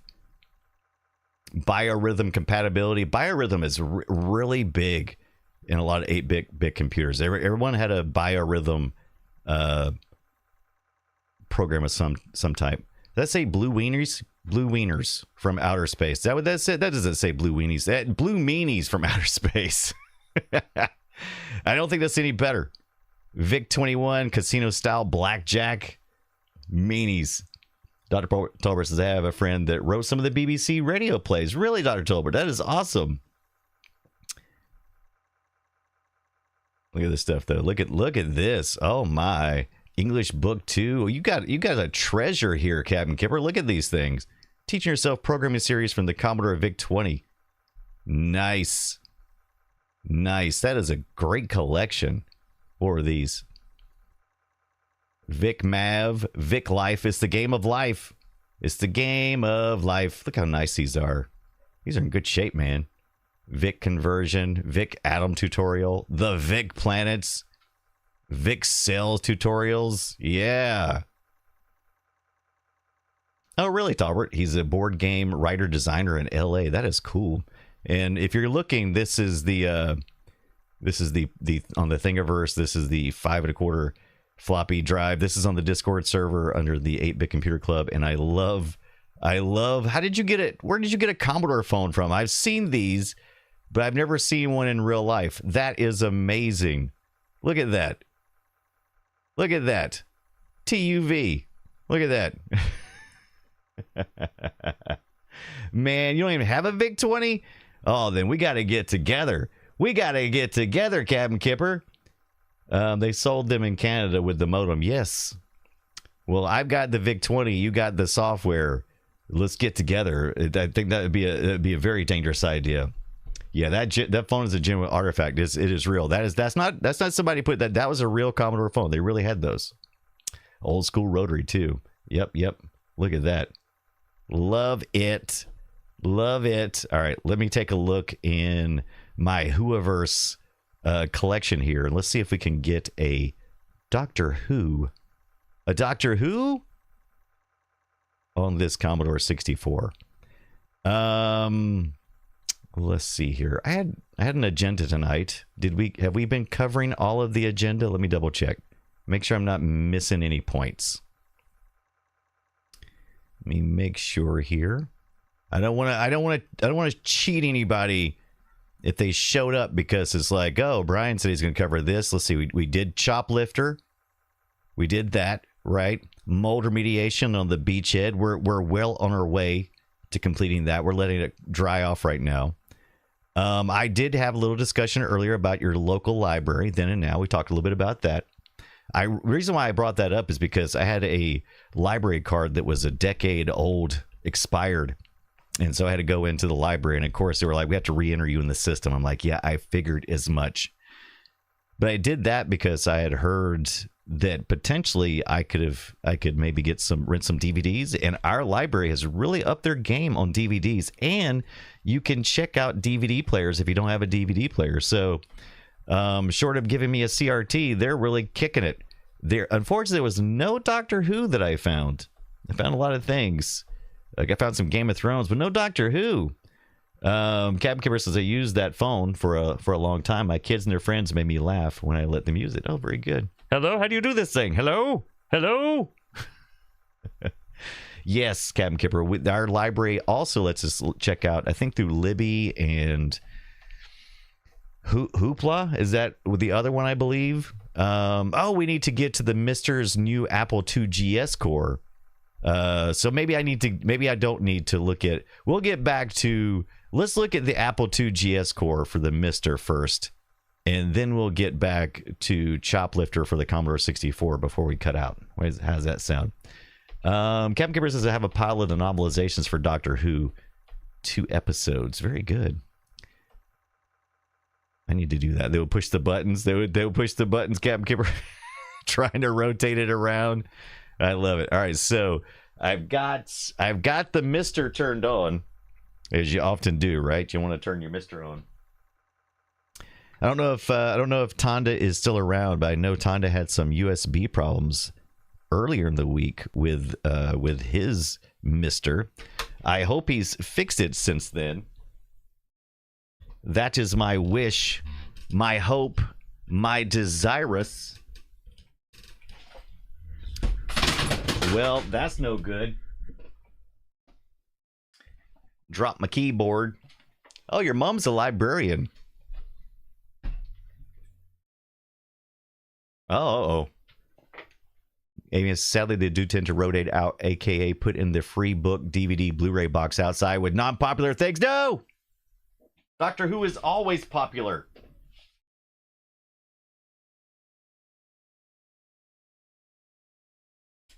forever and ever. Captain Kipper says, I'm having a yard sale. I hope to buy a mister with any profits. Captain Kipper, if you have a yard sale, and you want to get rid of any of that Vic 20 stuff, we'll talk. We'll talk. I'll cover shipping. Don't worry. We'll get it. But you may not want to keep. You may want to keep that stuff. Tonda says, "Oh yeah, I had that sorted later that night. I also have a replacement hub for the Mister sandwich on the way. Oh, very nice." Axel says, "Doctor Who just having a rest. He'll be back." That's right. That is right.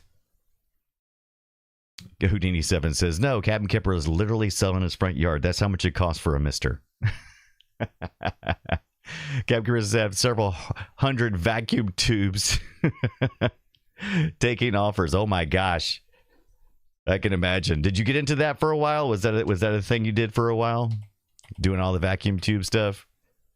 I thought about doing it, and I'm like, dude, you got enough going on. Do you really need to tackle anything else? I mean, aren't transistors enough for you? Let's see here. Computer. I don't think I've downloaded the. Let me see what by default. Let's see what's in here. Apple 1, Apple 2.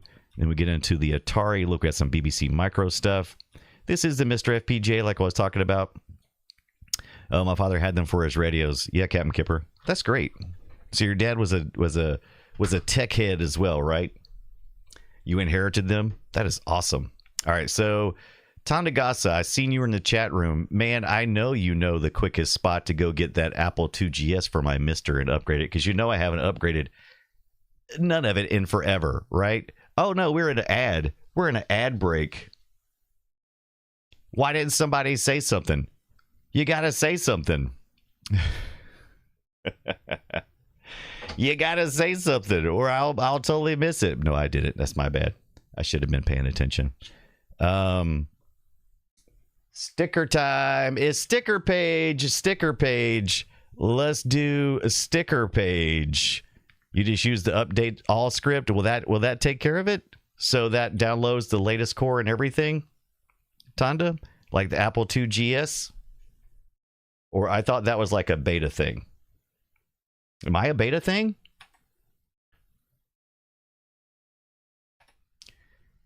You could always run Doctor Who and the Mines of Terra on the Amstrad. Very interesting, yeah. Okay, that's not a bad idea, Axel. Might look at that. So now is the time where we do sticker page. You can tell we've already, I believe Dr. Tolbert gave us the terrifying chicken lips of blood right up there.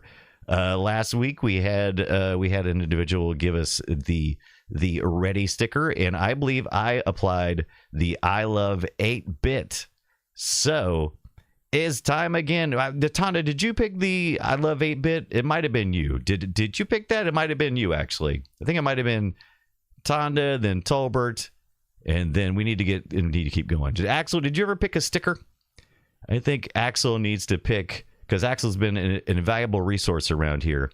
And I think it is time for sticker page. Thank you for sticking through with that ad. Hopefully you got a chance to go grab yourself something to drink, or time to take a little bio break. Here are your selection of stickers. I will not be sticking any of the long ones on tonight, so don't pick one of the giant long ones, Axel. But if you would be so kind as to pick us a sticker to do for our sticker page. We got a Commodore 64 up here. We have a couple of more chicken lips. We have a 1541 drive. We have a Moz sticker. We have the SID chip right there. Another SID. That's the, I guess this is the first one, right? And that's the second one. Got some more chicken lips. This one's okay. We could probably do that one. And another data. Is that? Oh, yeah, I did say data set. All right, there you go. We wear Commodore. It says. X says I'll have the tape player bottom left. Too big? Nope. That is perfect. Let's do the tape player for sticker page. Sticker page. The question is, do we want to do something on the back this time? I think we should, or you think we have room on the front? I think it would be, I think we don't quite have room on the front. We could do a side thing, but I think we should just stick it right about there. And now we have sticker page. There we go. There we go. Nope, that was perfect. Thank you very much, Axel. There we are. Sticker page. Time for a little sticker page.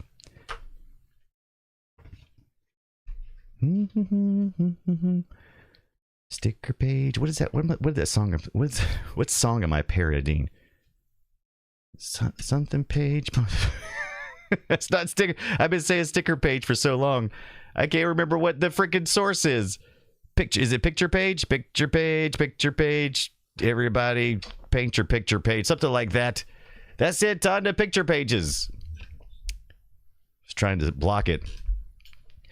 Tin Lobster says, "It's Jingle Bell, Jingle Bell."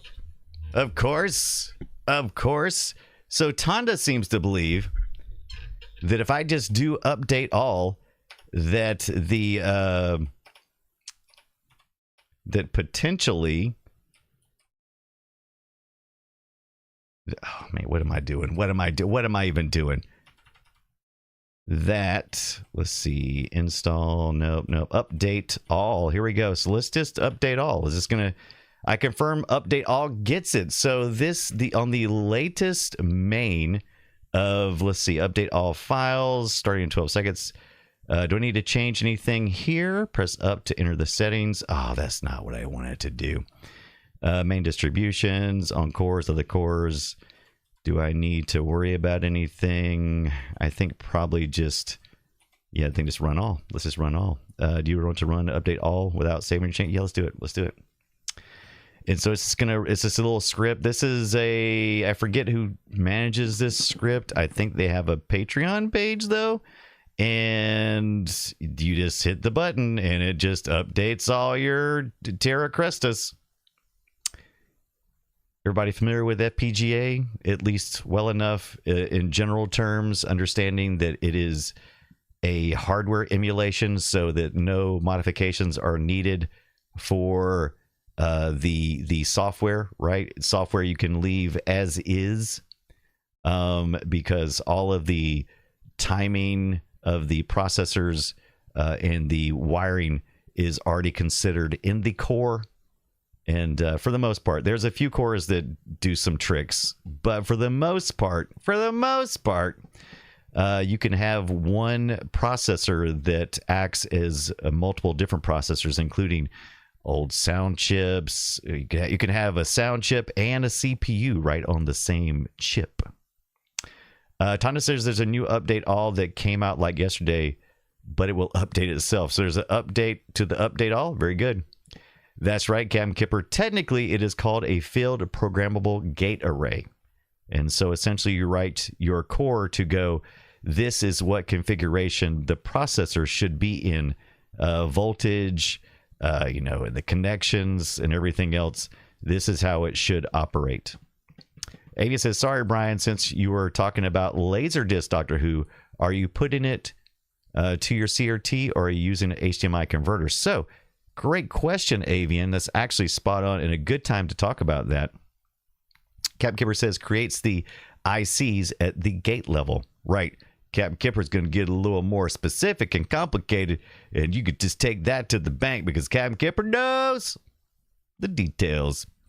So, yes, I do. As a matter of fact, I have a Laserdisc player right behind me. Come along with me. Let's take a tour of the area behind me. Let's get messy. All right, let's get messy. So that is dimly lit. Maybe that'll help some. But that's my DVD, and there's Peter O'Toole, and there's some Laserdisc down there. But I got a Sony Laserdisc player here. I've got a Sony Laserdisc player down there. And then that goes up to the receiver, which takes in S-Video. And then I output it to that CRT right there. And that's how all that works, right? And now you know. And that, like I said, that's did I say this part? Is it an Onkyo amp? And it takes in different inputs and can output to HDMI for my capture side, but it can simultaneously Also output to S video, and so it does that. So I send an S video out to the TV CRT, and yeah, and then I upscale it at the receiver level, and it comes into my capture card so that we can see it there and here and everywhere. Upscaler. That'll look a long time to find that stupid thing, that receiver, because I have some other devices that do stuff, but this was like right in the middle, and that's what a lot of the technology I have over here is. I have a TV, I have a DVD VCR that has HDMI out, right? So weird, but it does. You don't think of HDMI living in the same world as VCR, but it does. Capkeeper says I have a Sony 7.1 system, but doesn't upscale, right? I think, will this one upscale to, I don't think it'll upscale to 4K. I think it's just 1080, I think. So, and that was good enough because we only stream here at 1080 anyway. So what will be the point? What will be the point? No points. So what we're doing now, if you're just tuning in, we are updating all of our cores on the Mr. FPGA. And if I thought about it, while we're looking at this boring screen, we could have went and looked to see in our library to see if we have copies of the Doctor Who. And once we get this uploaded, once we get this done, what do we want to do on Apple IIGS? Do we want to load up some pirates, maybe? Anybody got a favorite Apple IIGS game? Because we're going to need some. Wonder if there's any built-in stuff.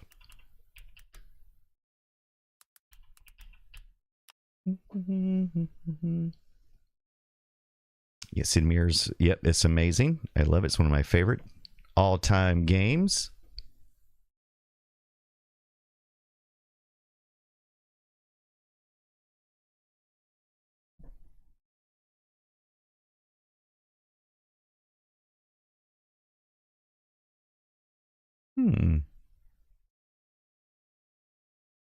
Well, I wonder how the Apple IIGS works anyway. And of course, you can display this in a browser too. Avian says the Apple IIc game that I always did was Zork. That's a great one. 10 Lobster says Prince of Persia, another amazing game. Avian says have 2 upscalers, Blu-ray DVD players, one for Japan, DVD Blu-ray, and one American. Nice. Was Prince of Persia on that Apple? Good question. Did they port Skyrim yet, says Kirsty. Yes, they did. Of course they did. All right, let me take a look here. That is hilarious. Oh, I'm getting sidetracked. Why don't you guys let me get sidetracked like that? We were originally looking for... oh my gosh, I've already forgot what beat. No, what was I looking for? Choplifter. Oh my gosh. I wonder if there was a Choplifter for the Apple IIGS. Choplifter. Oh my gosh. I've got so many versions of Choplifter, but I think is it Border Brund or Border Bund? Border Bund version is probably the one to go with, right? I mean, if I had to guess, color version, what does that mean? I would think they would all be the color version, right? I'm seeing what is that one? Got a PAL version. Okay, that one runs on sys. We got an Atari version of this as well. Rob O'Hara, what's up? I have a stream on YouTube of me beating the upside down version of Karateka on Apple II. What? Rob O'Hara, that is amazing. Where at? I'll have to check that out. I'll have to check that out. Oh my gosh. I've been meaning to do that. That sounds like That sounds amazing. Here, I got you a follow. Bang, right there. There we go. Updates may take a minute since Brian waited so long to do it. Don't you shame me, Tandagasa. Don't you shame me. Yeah, the rotoscope one? Yes. Yes, absolutely. For the Prince of Persia? You know it. You know it, my friends. Let me see. Why am I having so much trouble finding Choplifter? I think their problem is there's too much Choplifter. Could be the problem. I think if there was fewer Choplifters, I'd be done by now, but I cannot believe the amazing amount. What is the creative version? Oh my gosh. All right, let me take a look at these. Let me look at these. I got cartridge files, got compressed zipped. Will this thing run cartridge files? I don't think so. I don't think so. That is an Atari file. Why is it looking at Atari files? That is also an Atari file. So where's my Commodore stuff at? ROM. Cart. That's another system entirely. Oh, no wonder. I looked through the entire set. That'll do it. That will do it.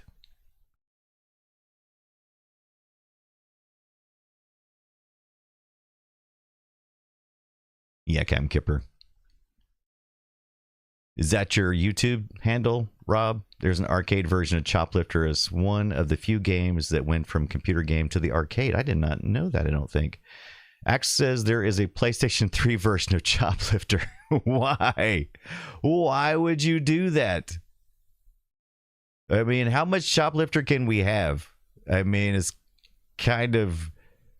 At some point, it just becomes the Wilhelm scream, right? It just becomes like, okay, everybody's got to do it. Commodore 64. We got to get back to our magazines and stuff as well. And it is already halfway past the year, and I have not made any progress on my game in a while. I need to get on it. But June and July is always some of the busiest times for me, as far as going to conventions and things and being out of town a lot. So I'm not terribly surprised. It's time to do the crunch time, right? That's how you do it anyway. You're supposed to wait until 6 months or less, or 6 weeks, really, probably. You need to wait until 6 weeks are left in the project timeline, and then that's when you get serious. Everybody knows that. Kirsty says they all join together and become Jungle Strike. Hey, look, it looks like it's doing something. It looks like it's actually doing something. There we go. It's doing something. I don't know what that means. Update all, ... Success. Today's shout out is for Thomas Williams joining the Patreon. What is it? Where are you supposed to stop at with that? The YPS something? Is that how that works? I don't think so. All right, well, while you guys were doing that, I got side A and side B of Choplifter loaded up. Do I have one? Just one large one? I do not. Okay, that's fine. All right, I'm just going to copy that. Copy that. Win SCP.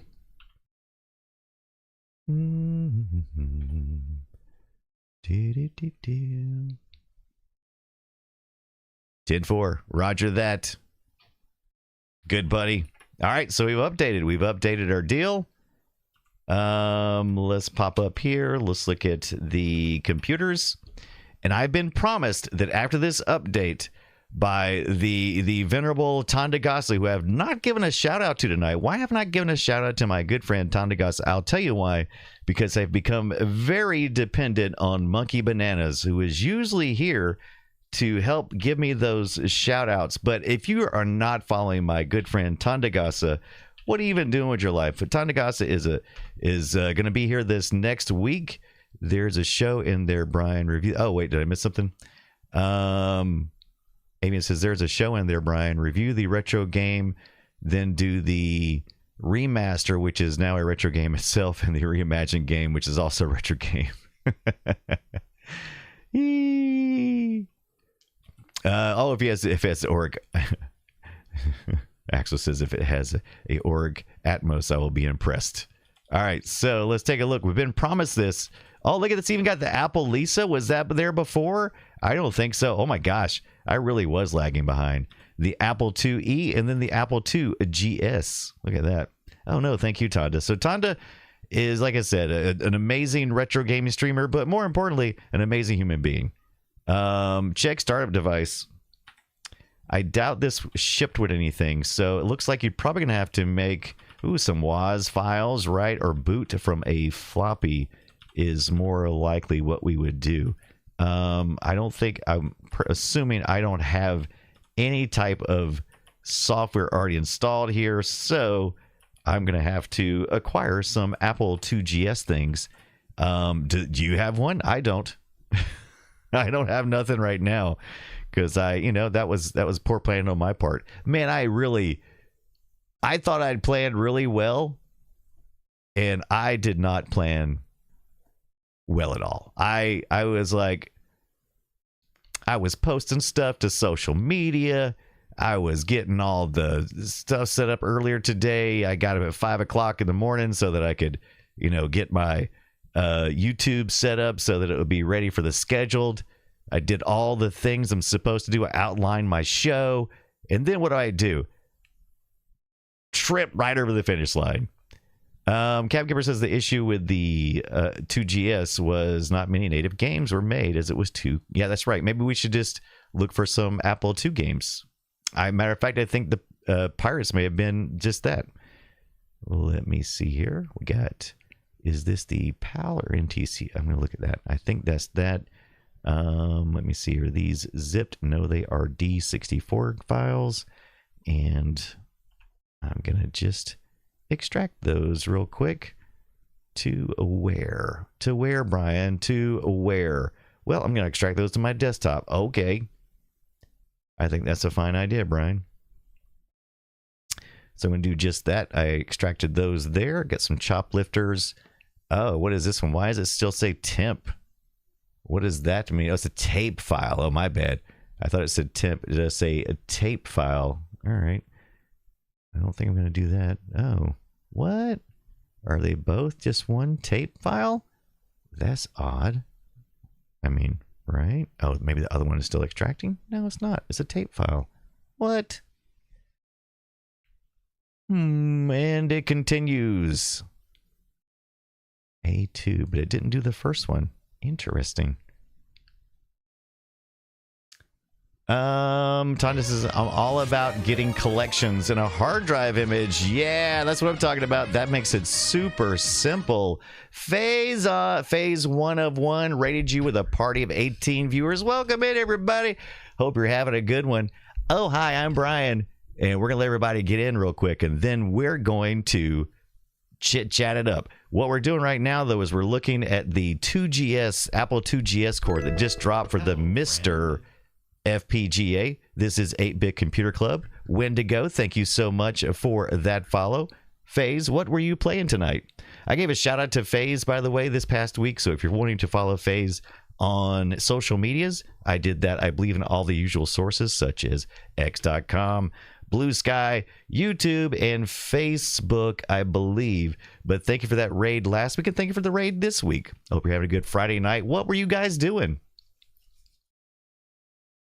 Right now, we're just watching this boring screen, so I'm going to turn on to something fun and exciting. What do you think?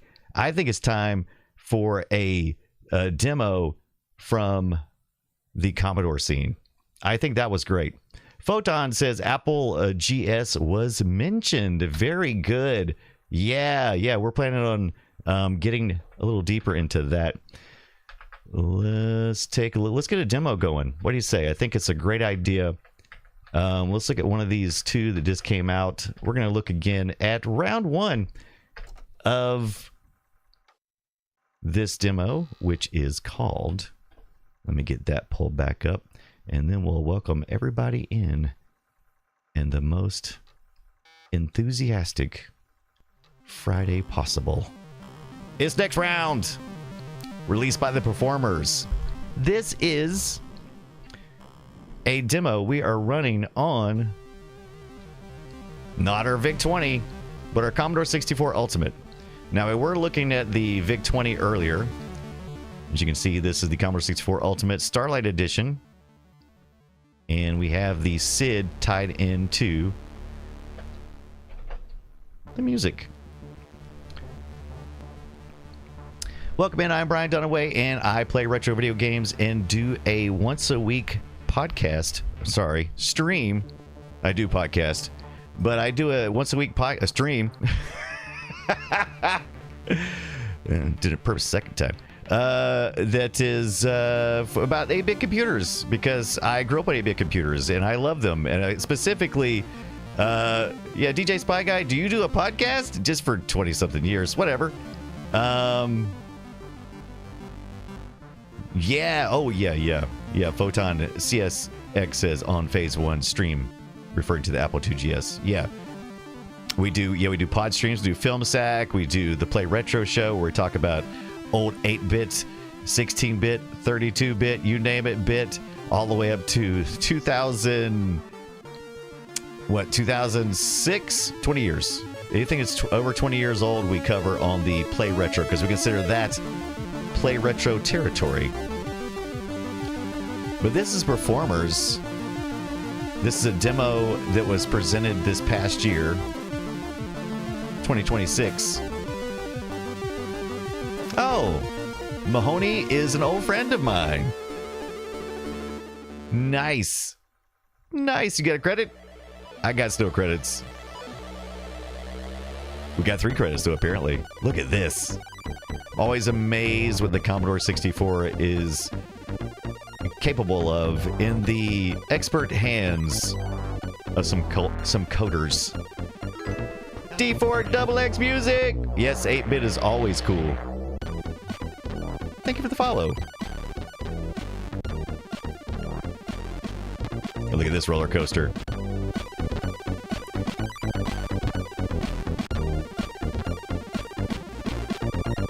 Look at all this juicy 8-bit. Got a couple of SIDs in there. Powering this stuff. Oh, you know what? We're still in mono mode from our VIC-20 days. Let's make it in stereo. Oh, Gotham City. There we go. Now we got some separation.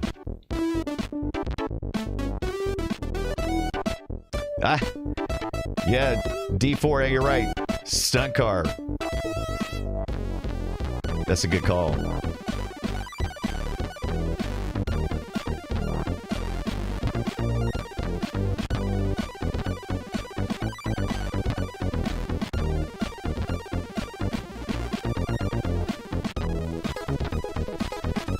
Warning, flashing lights. Dax, that makes more sense.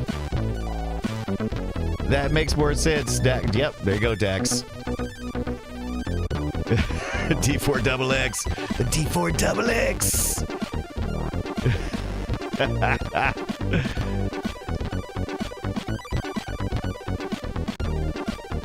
Oh, Night Mission. Pinball on the 64 DJ Spy Guy. That's a great one. I found so many great electronic pinball possibilities at the Southeast Game Exchange last week. I didn't pick up anything. Cap, you been fixing some stuff? Do it.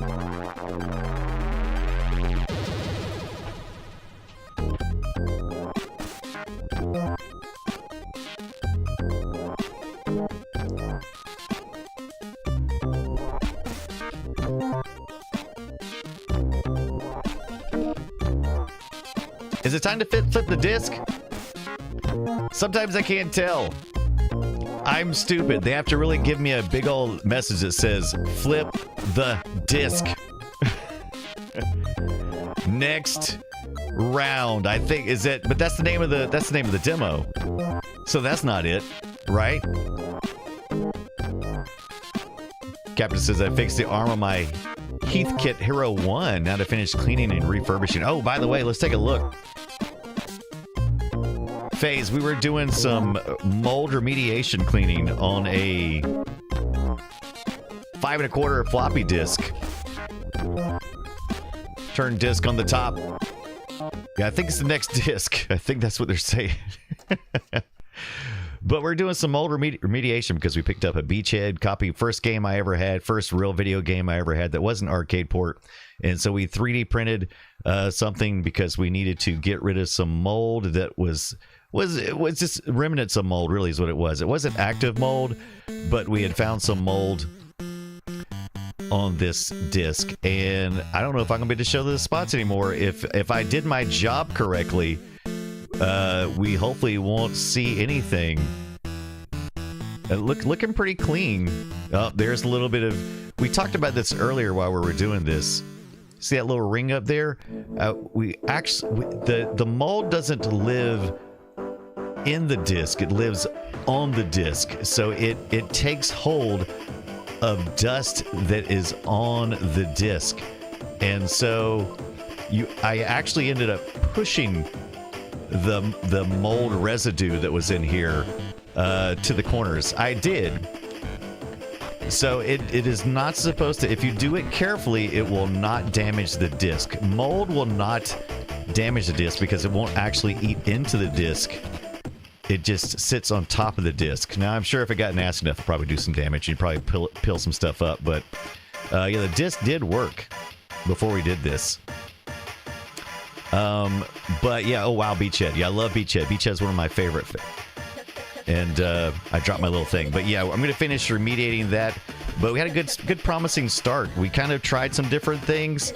A little bit of isopropyl alcohol, 91 to 99%, 99 being the preferred, with a microfiber cloth. I have this the record cleaner, this microfiber, and I moistened one side of it, kept the other side dry, and I rotated the wheel around, and I got it to move, but I think it just moved into a circle. So then I went back with another microfiber cloth and actually did a little rubbing, and it seemed to come right off. Yeah, the disc will hopefully still work. Is the hope? But it was working before. Is that some ZZ Top? I think it's some ZZ Top.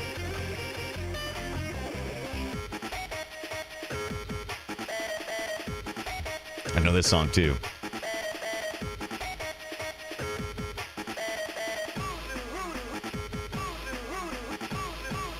Sharp dressed man.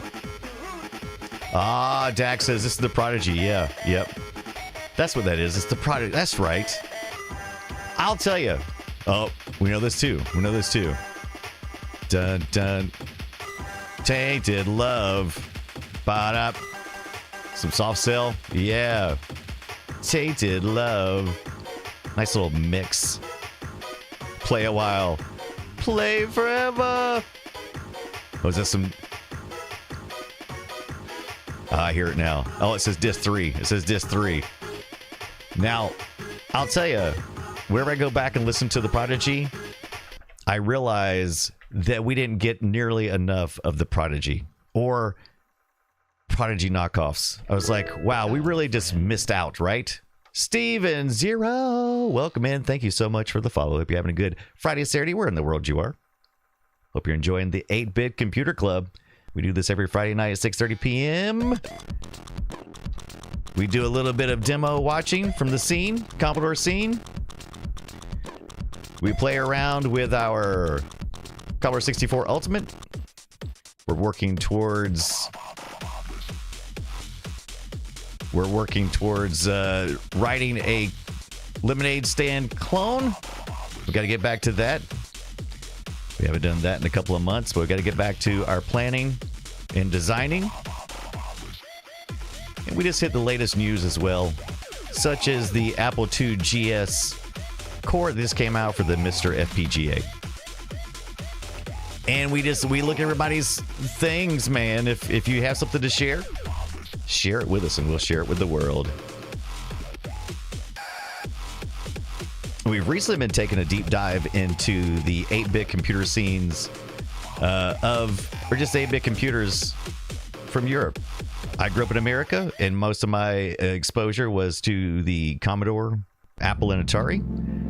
And recently I've gotten into the ZX Spectrum, the BBC Micro, and the Amstrad. Oh, this slaps. I think I was busy when this was playing earlier, and I wanted to look up, and I missed it. Is this some Triforce? Was that your jam, Captain?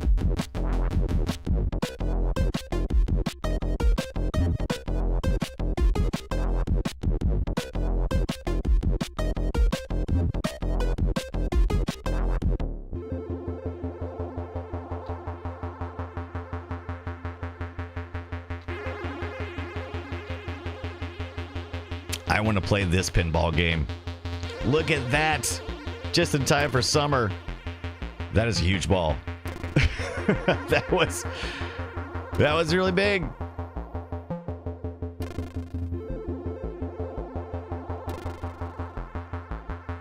Gives me some Amiga vibes. Ah, Sky Pong. Oh, I did hear this part.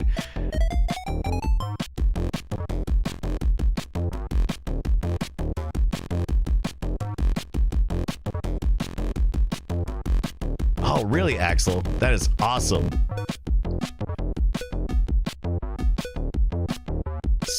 Axel says, someone who I watch who streams Spectrum repairs is coming over to the States to see if he can pick up a Timex.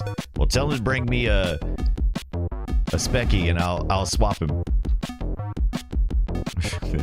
I did catch this, but I think it's where I started watching last time. I'm so retro as my balls are square.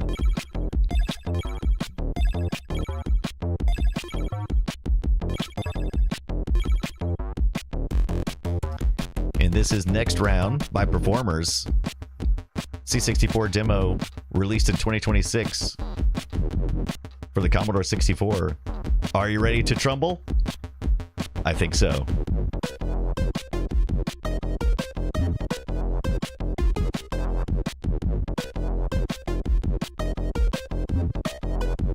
It blows my mind. There's a lot of people that are involved in making these demos. I would love to get into the scene. I gotta learn more, though.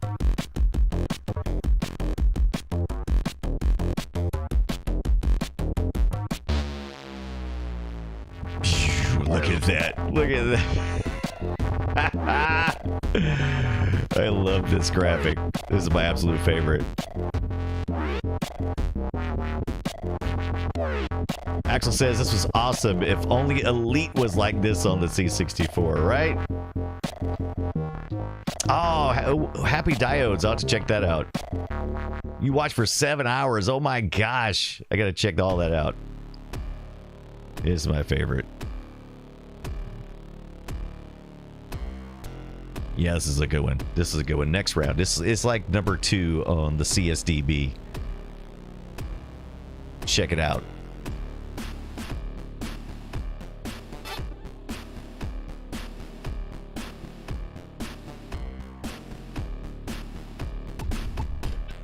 Enough thrills for today, it says. All right. We had an agenda today, and we hit most of it, right? We hit most of it. Let's double check. Let's make sure we didn't miss anything. So on the agenda today for the 8-Bit Computer Club, we wanted to see if we could get Choplifter to work on our real Commodore VIC-20. And we did that. That worked out. We did that. We picked it up. We picked up a cart. We got us...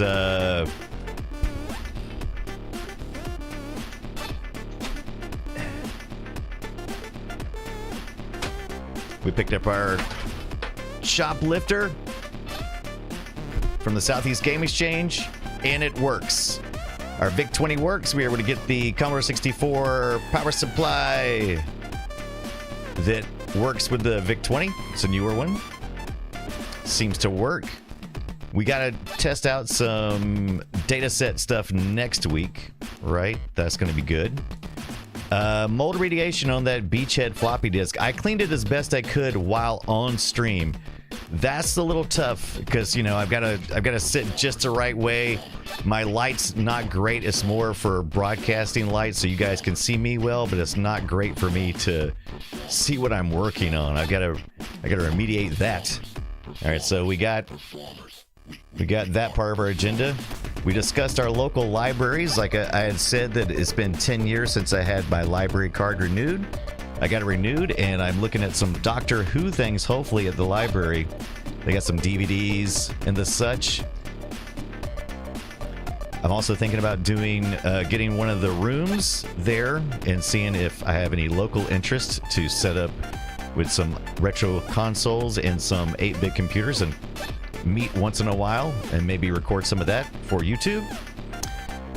We were going to look at the Mr. New Apple IIGS core. We did. We at least launched it. And it does seem to function. We updated it. We just got to get some software on there. We did some demos from the scene. I think we covered our agenda for this week. Good job, everybody. You did good. You did darn good. All right. Well, guess what? We're back next Friday night at 6:30 p.m. for more 8-Bit Computer Club. We got to get it together. What are we going to do? What are we going to do next week? What's on our agenda for next week?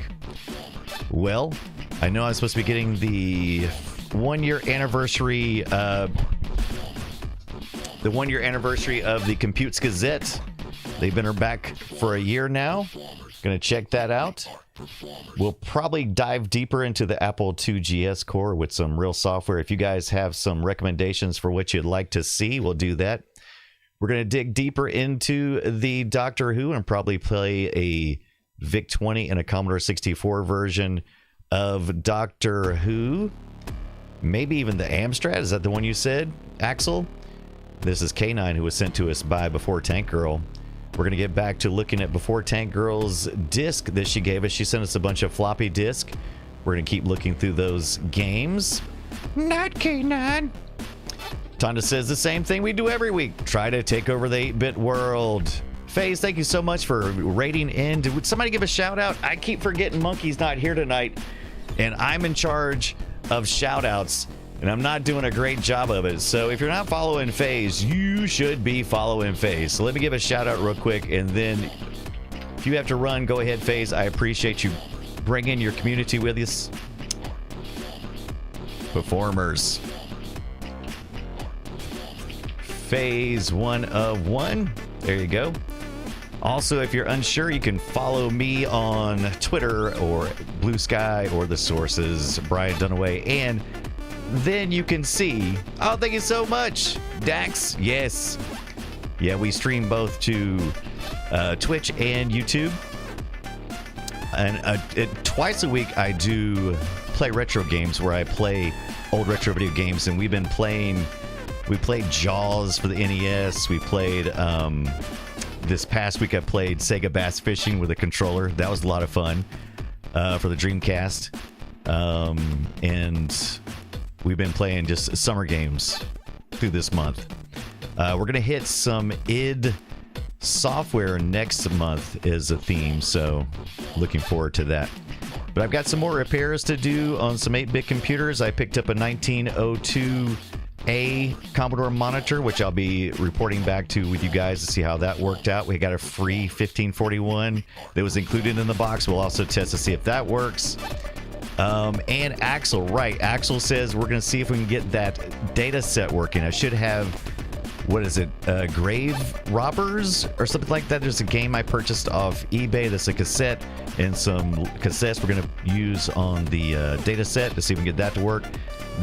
The data set definitely works with our Commodore 64. We're going to see if we can get it working on our VIC-20. I just opened it up earlier, and there does appear to be a bodge wire in there or some kind of modification. So I'm not sure if that's impacting the reads or something, but I've got to get my meter out and check exactly what's going on there. But I'll report back on that as well. What else do we have going on? What more could you need? Oh my God. This thing is so slap full of just Awesomeness. All right.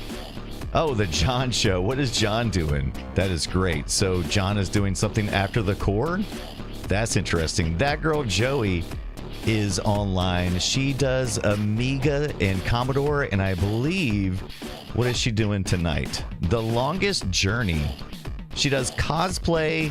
She is amazing. She does all kinds of Commodore and Amiga stuff. Got a really great setup.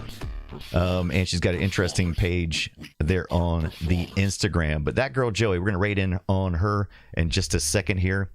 Clean the edge connector, says Captain Kipper. 10 Lobster Man. I haven't got to talk to you much tonight, but it's always good to see you. What else you got? Awesome adventure game. Oh, see, we need to get some gaming time in as well. But The Longest Journey, not from 1999, point and clicky. That girl, Joey, is doing it. She's dressed up, it looks like, is that Little Red Riding Hood? I think it is. I don't know how that's related. I guess I'll find out in a minute. Thank you, 10 Lobsters. It's been great. I'll be back Monday night at 6:30 p.m. Eastern Time to play some PlayStation 1 games. I'm trying to remember what the game is, but trust me, it's going to be great. All right, time to raid. Thank you guys for hanging out. Thank you so much for the follows. Thank you for the raid. And I hope you have a good weekend. And we'll see you on Monday. All right, then. Bye. Bye, Cap Giver. Bye, Monkey Bananas. Bye. Bye, everybody. Bye, Tonda. See you soon.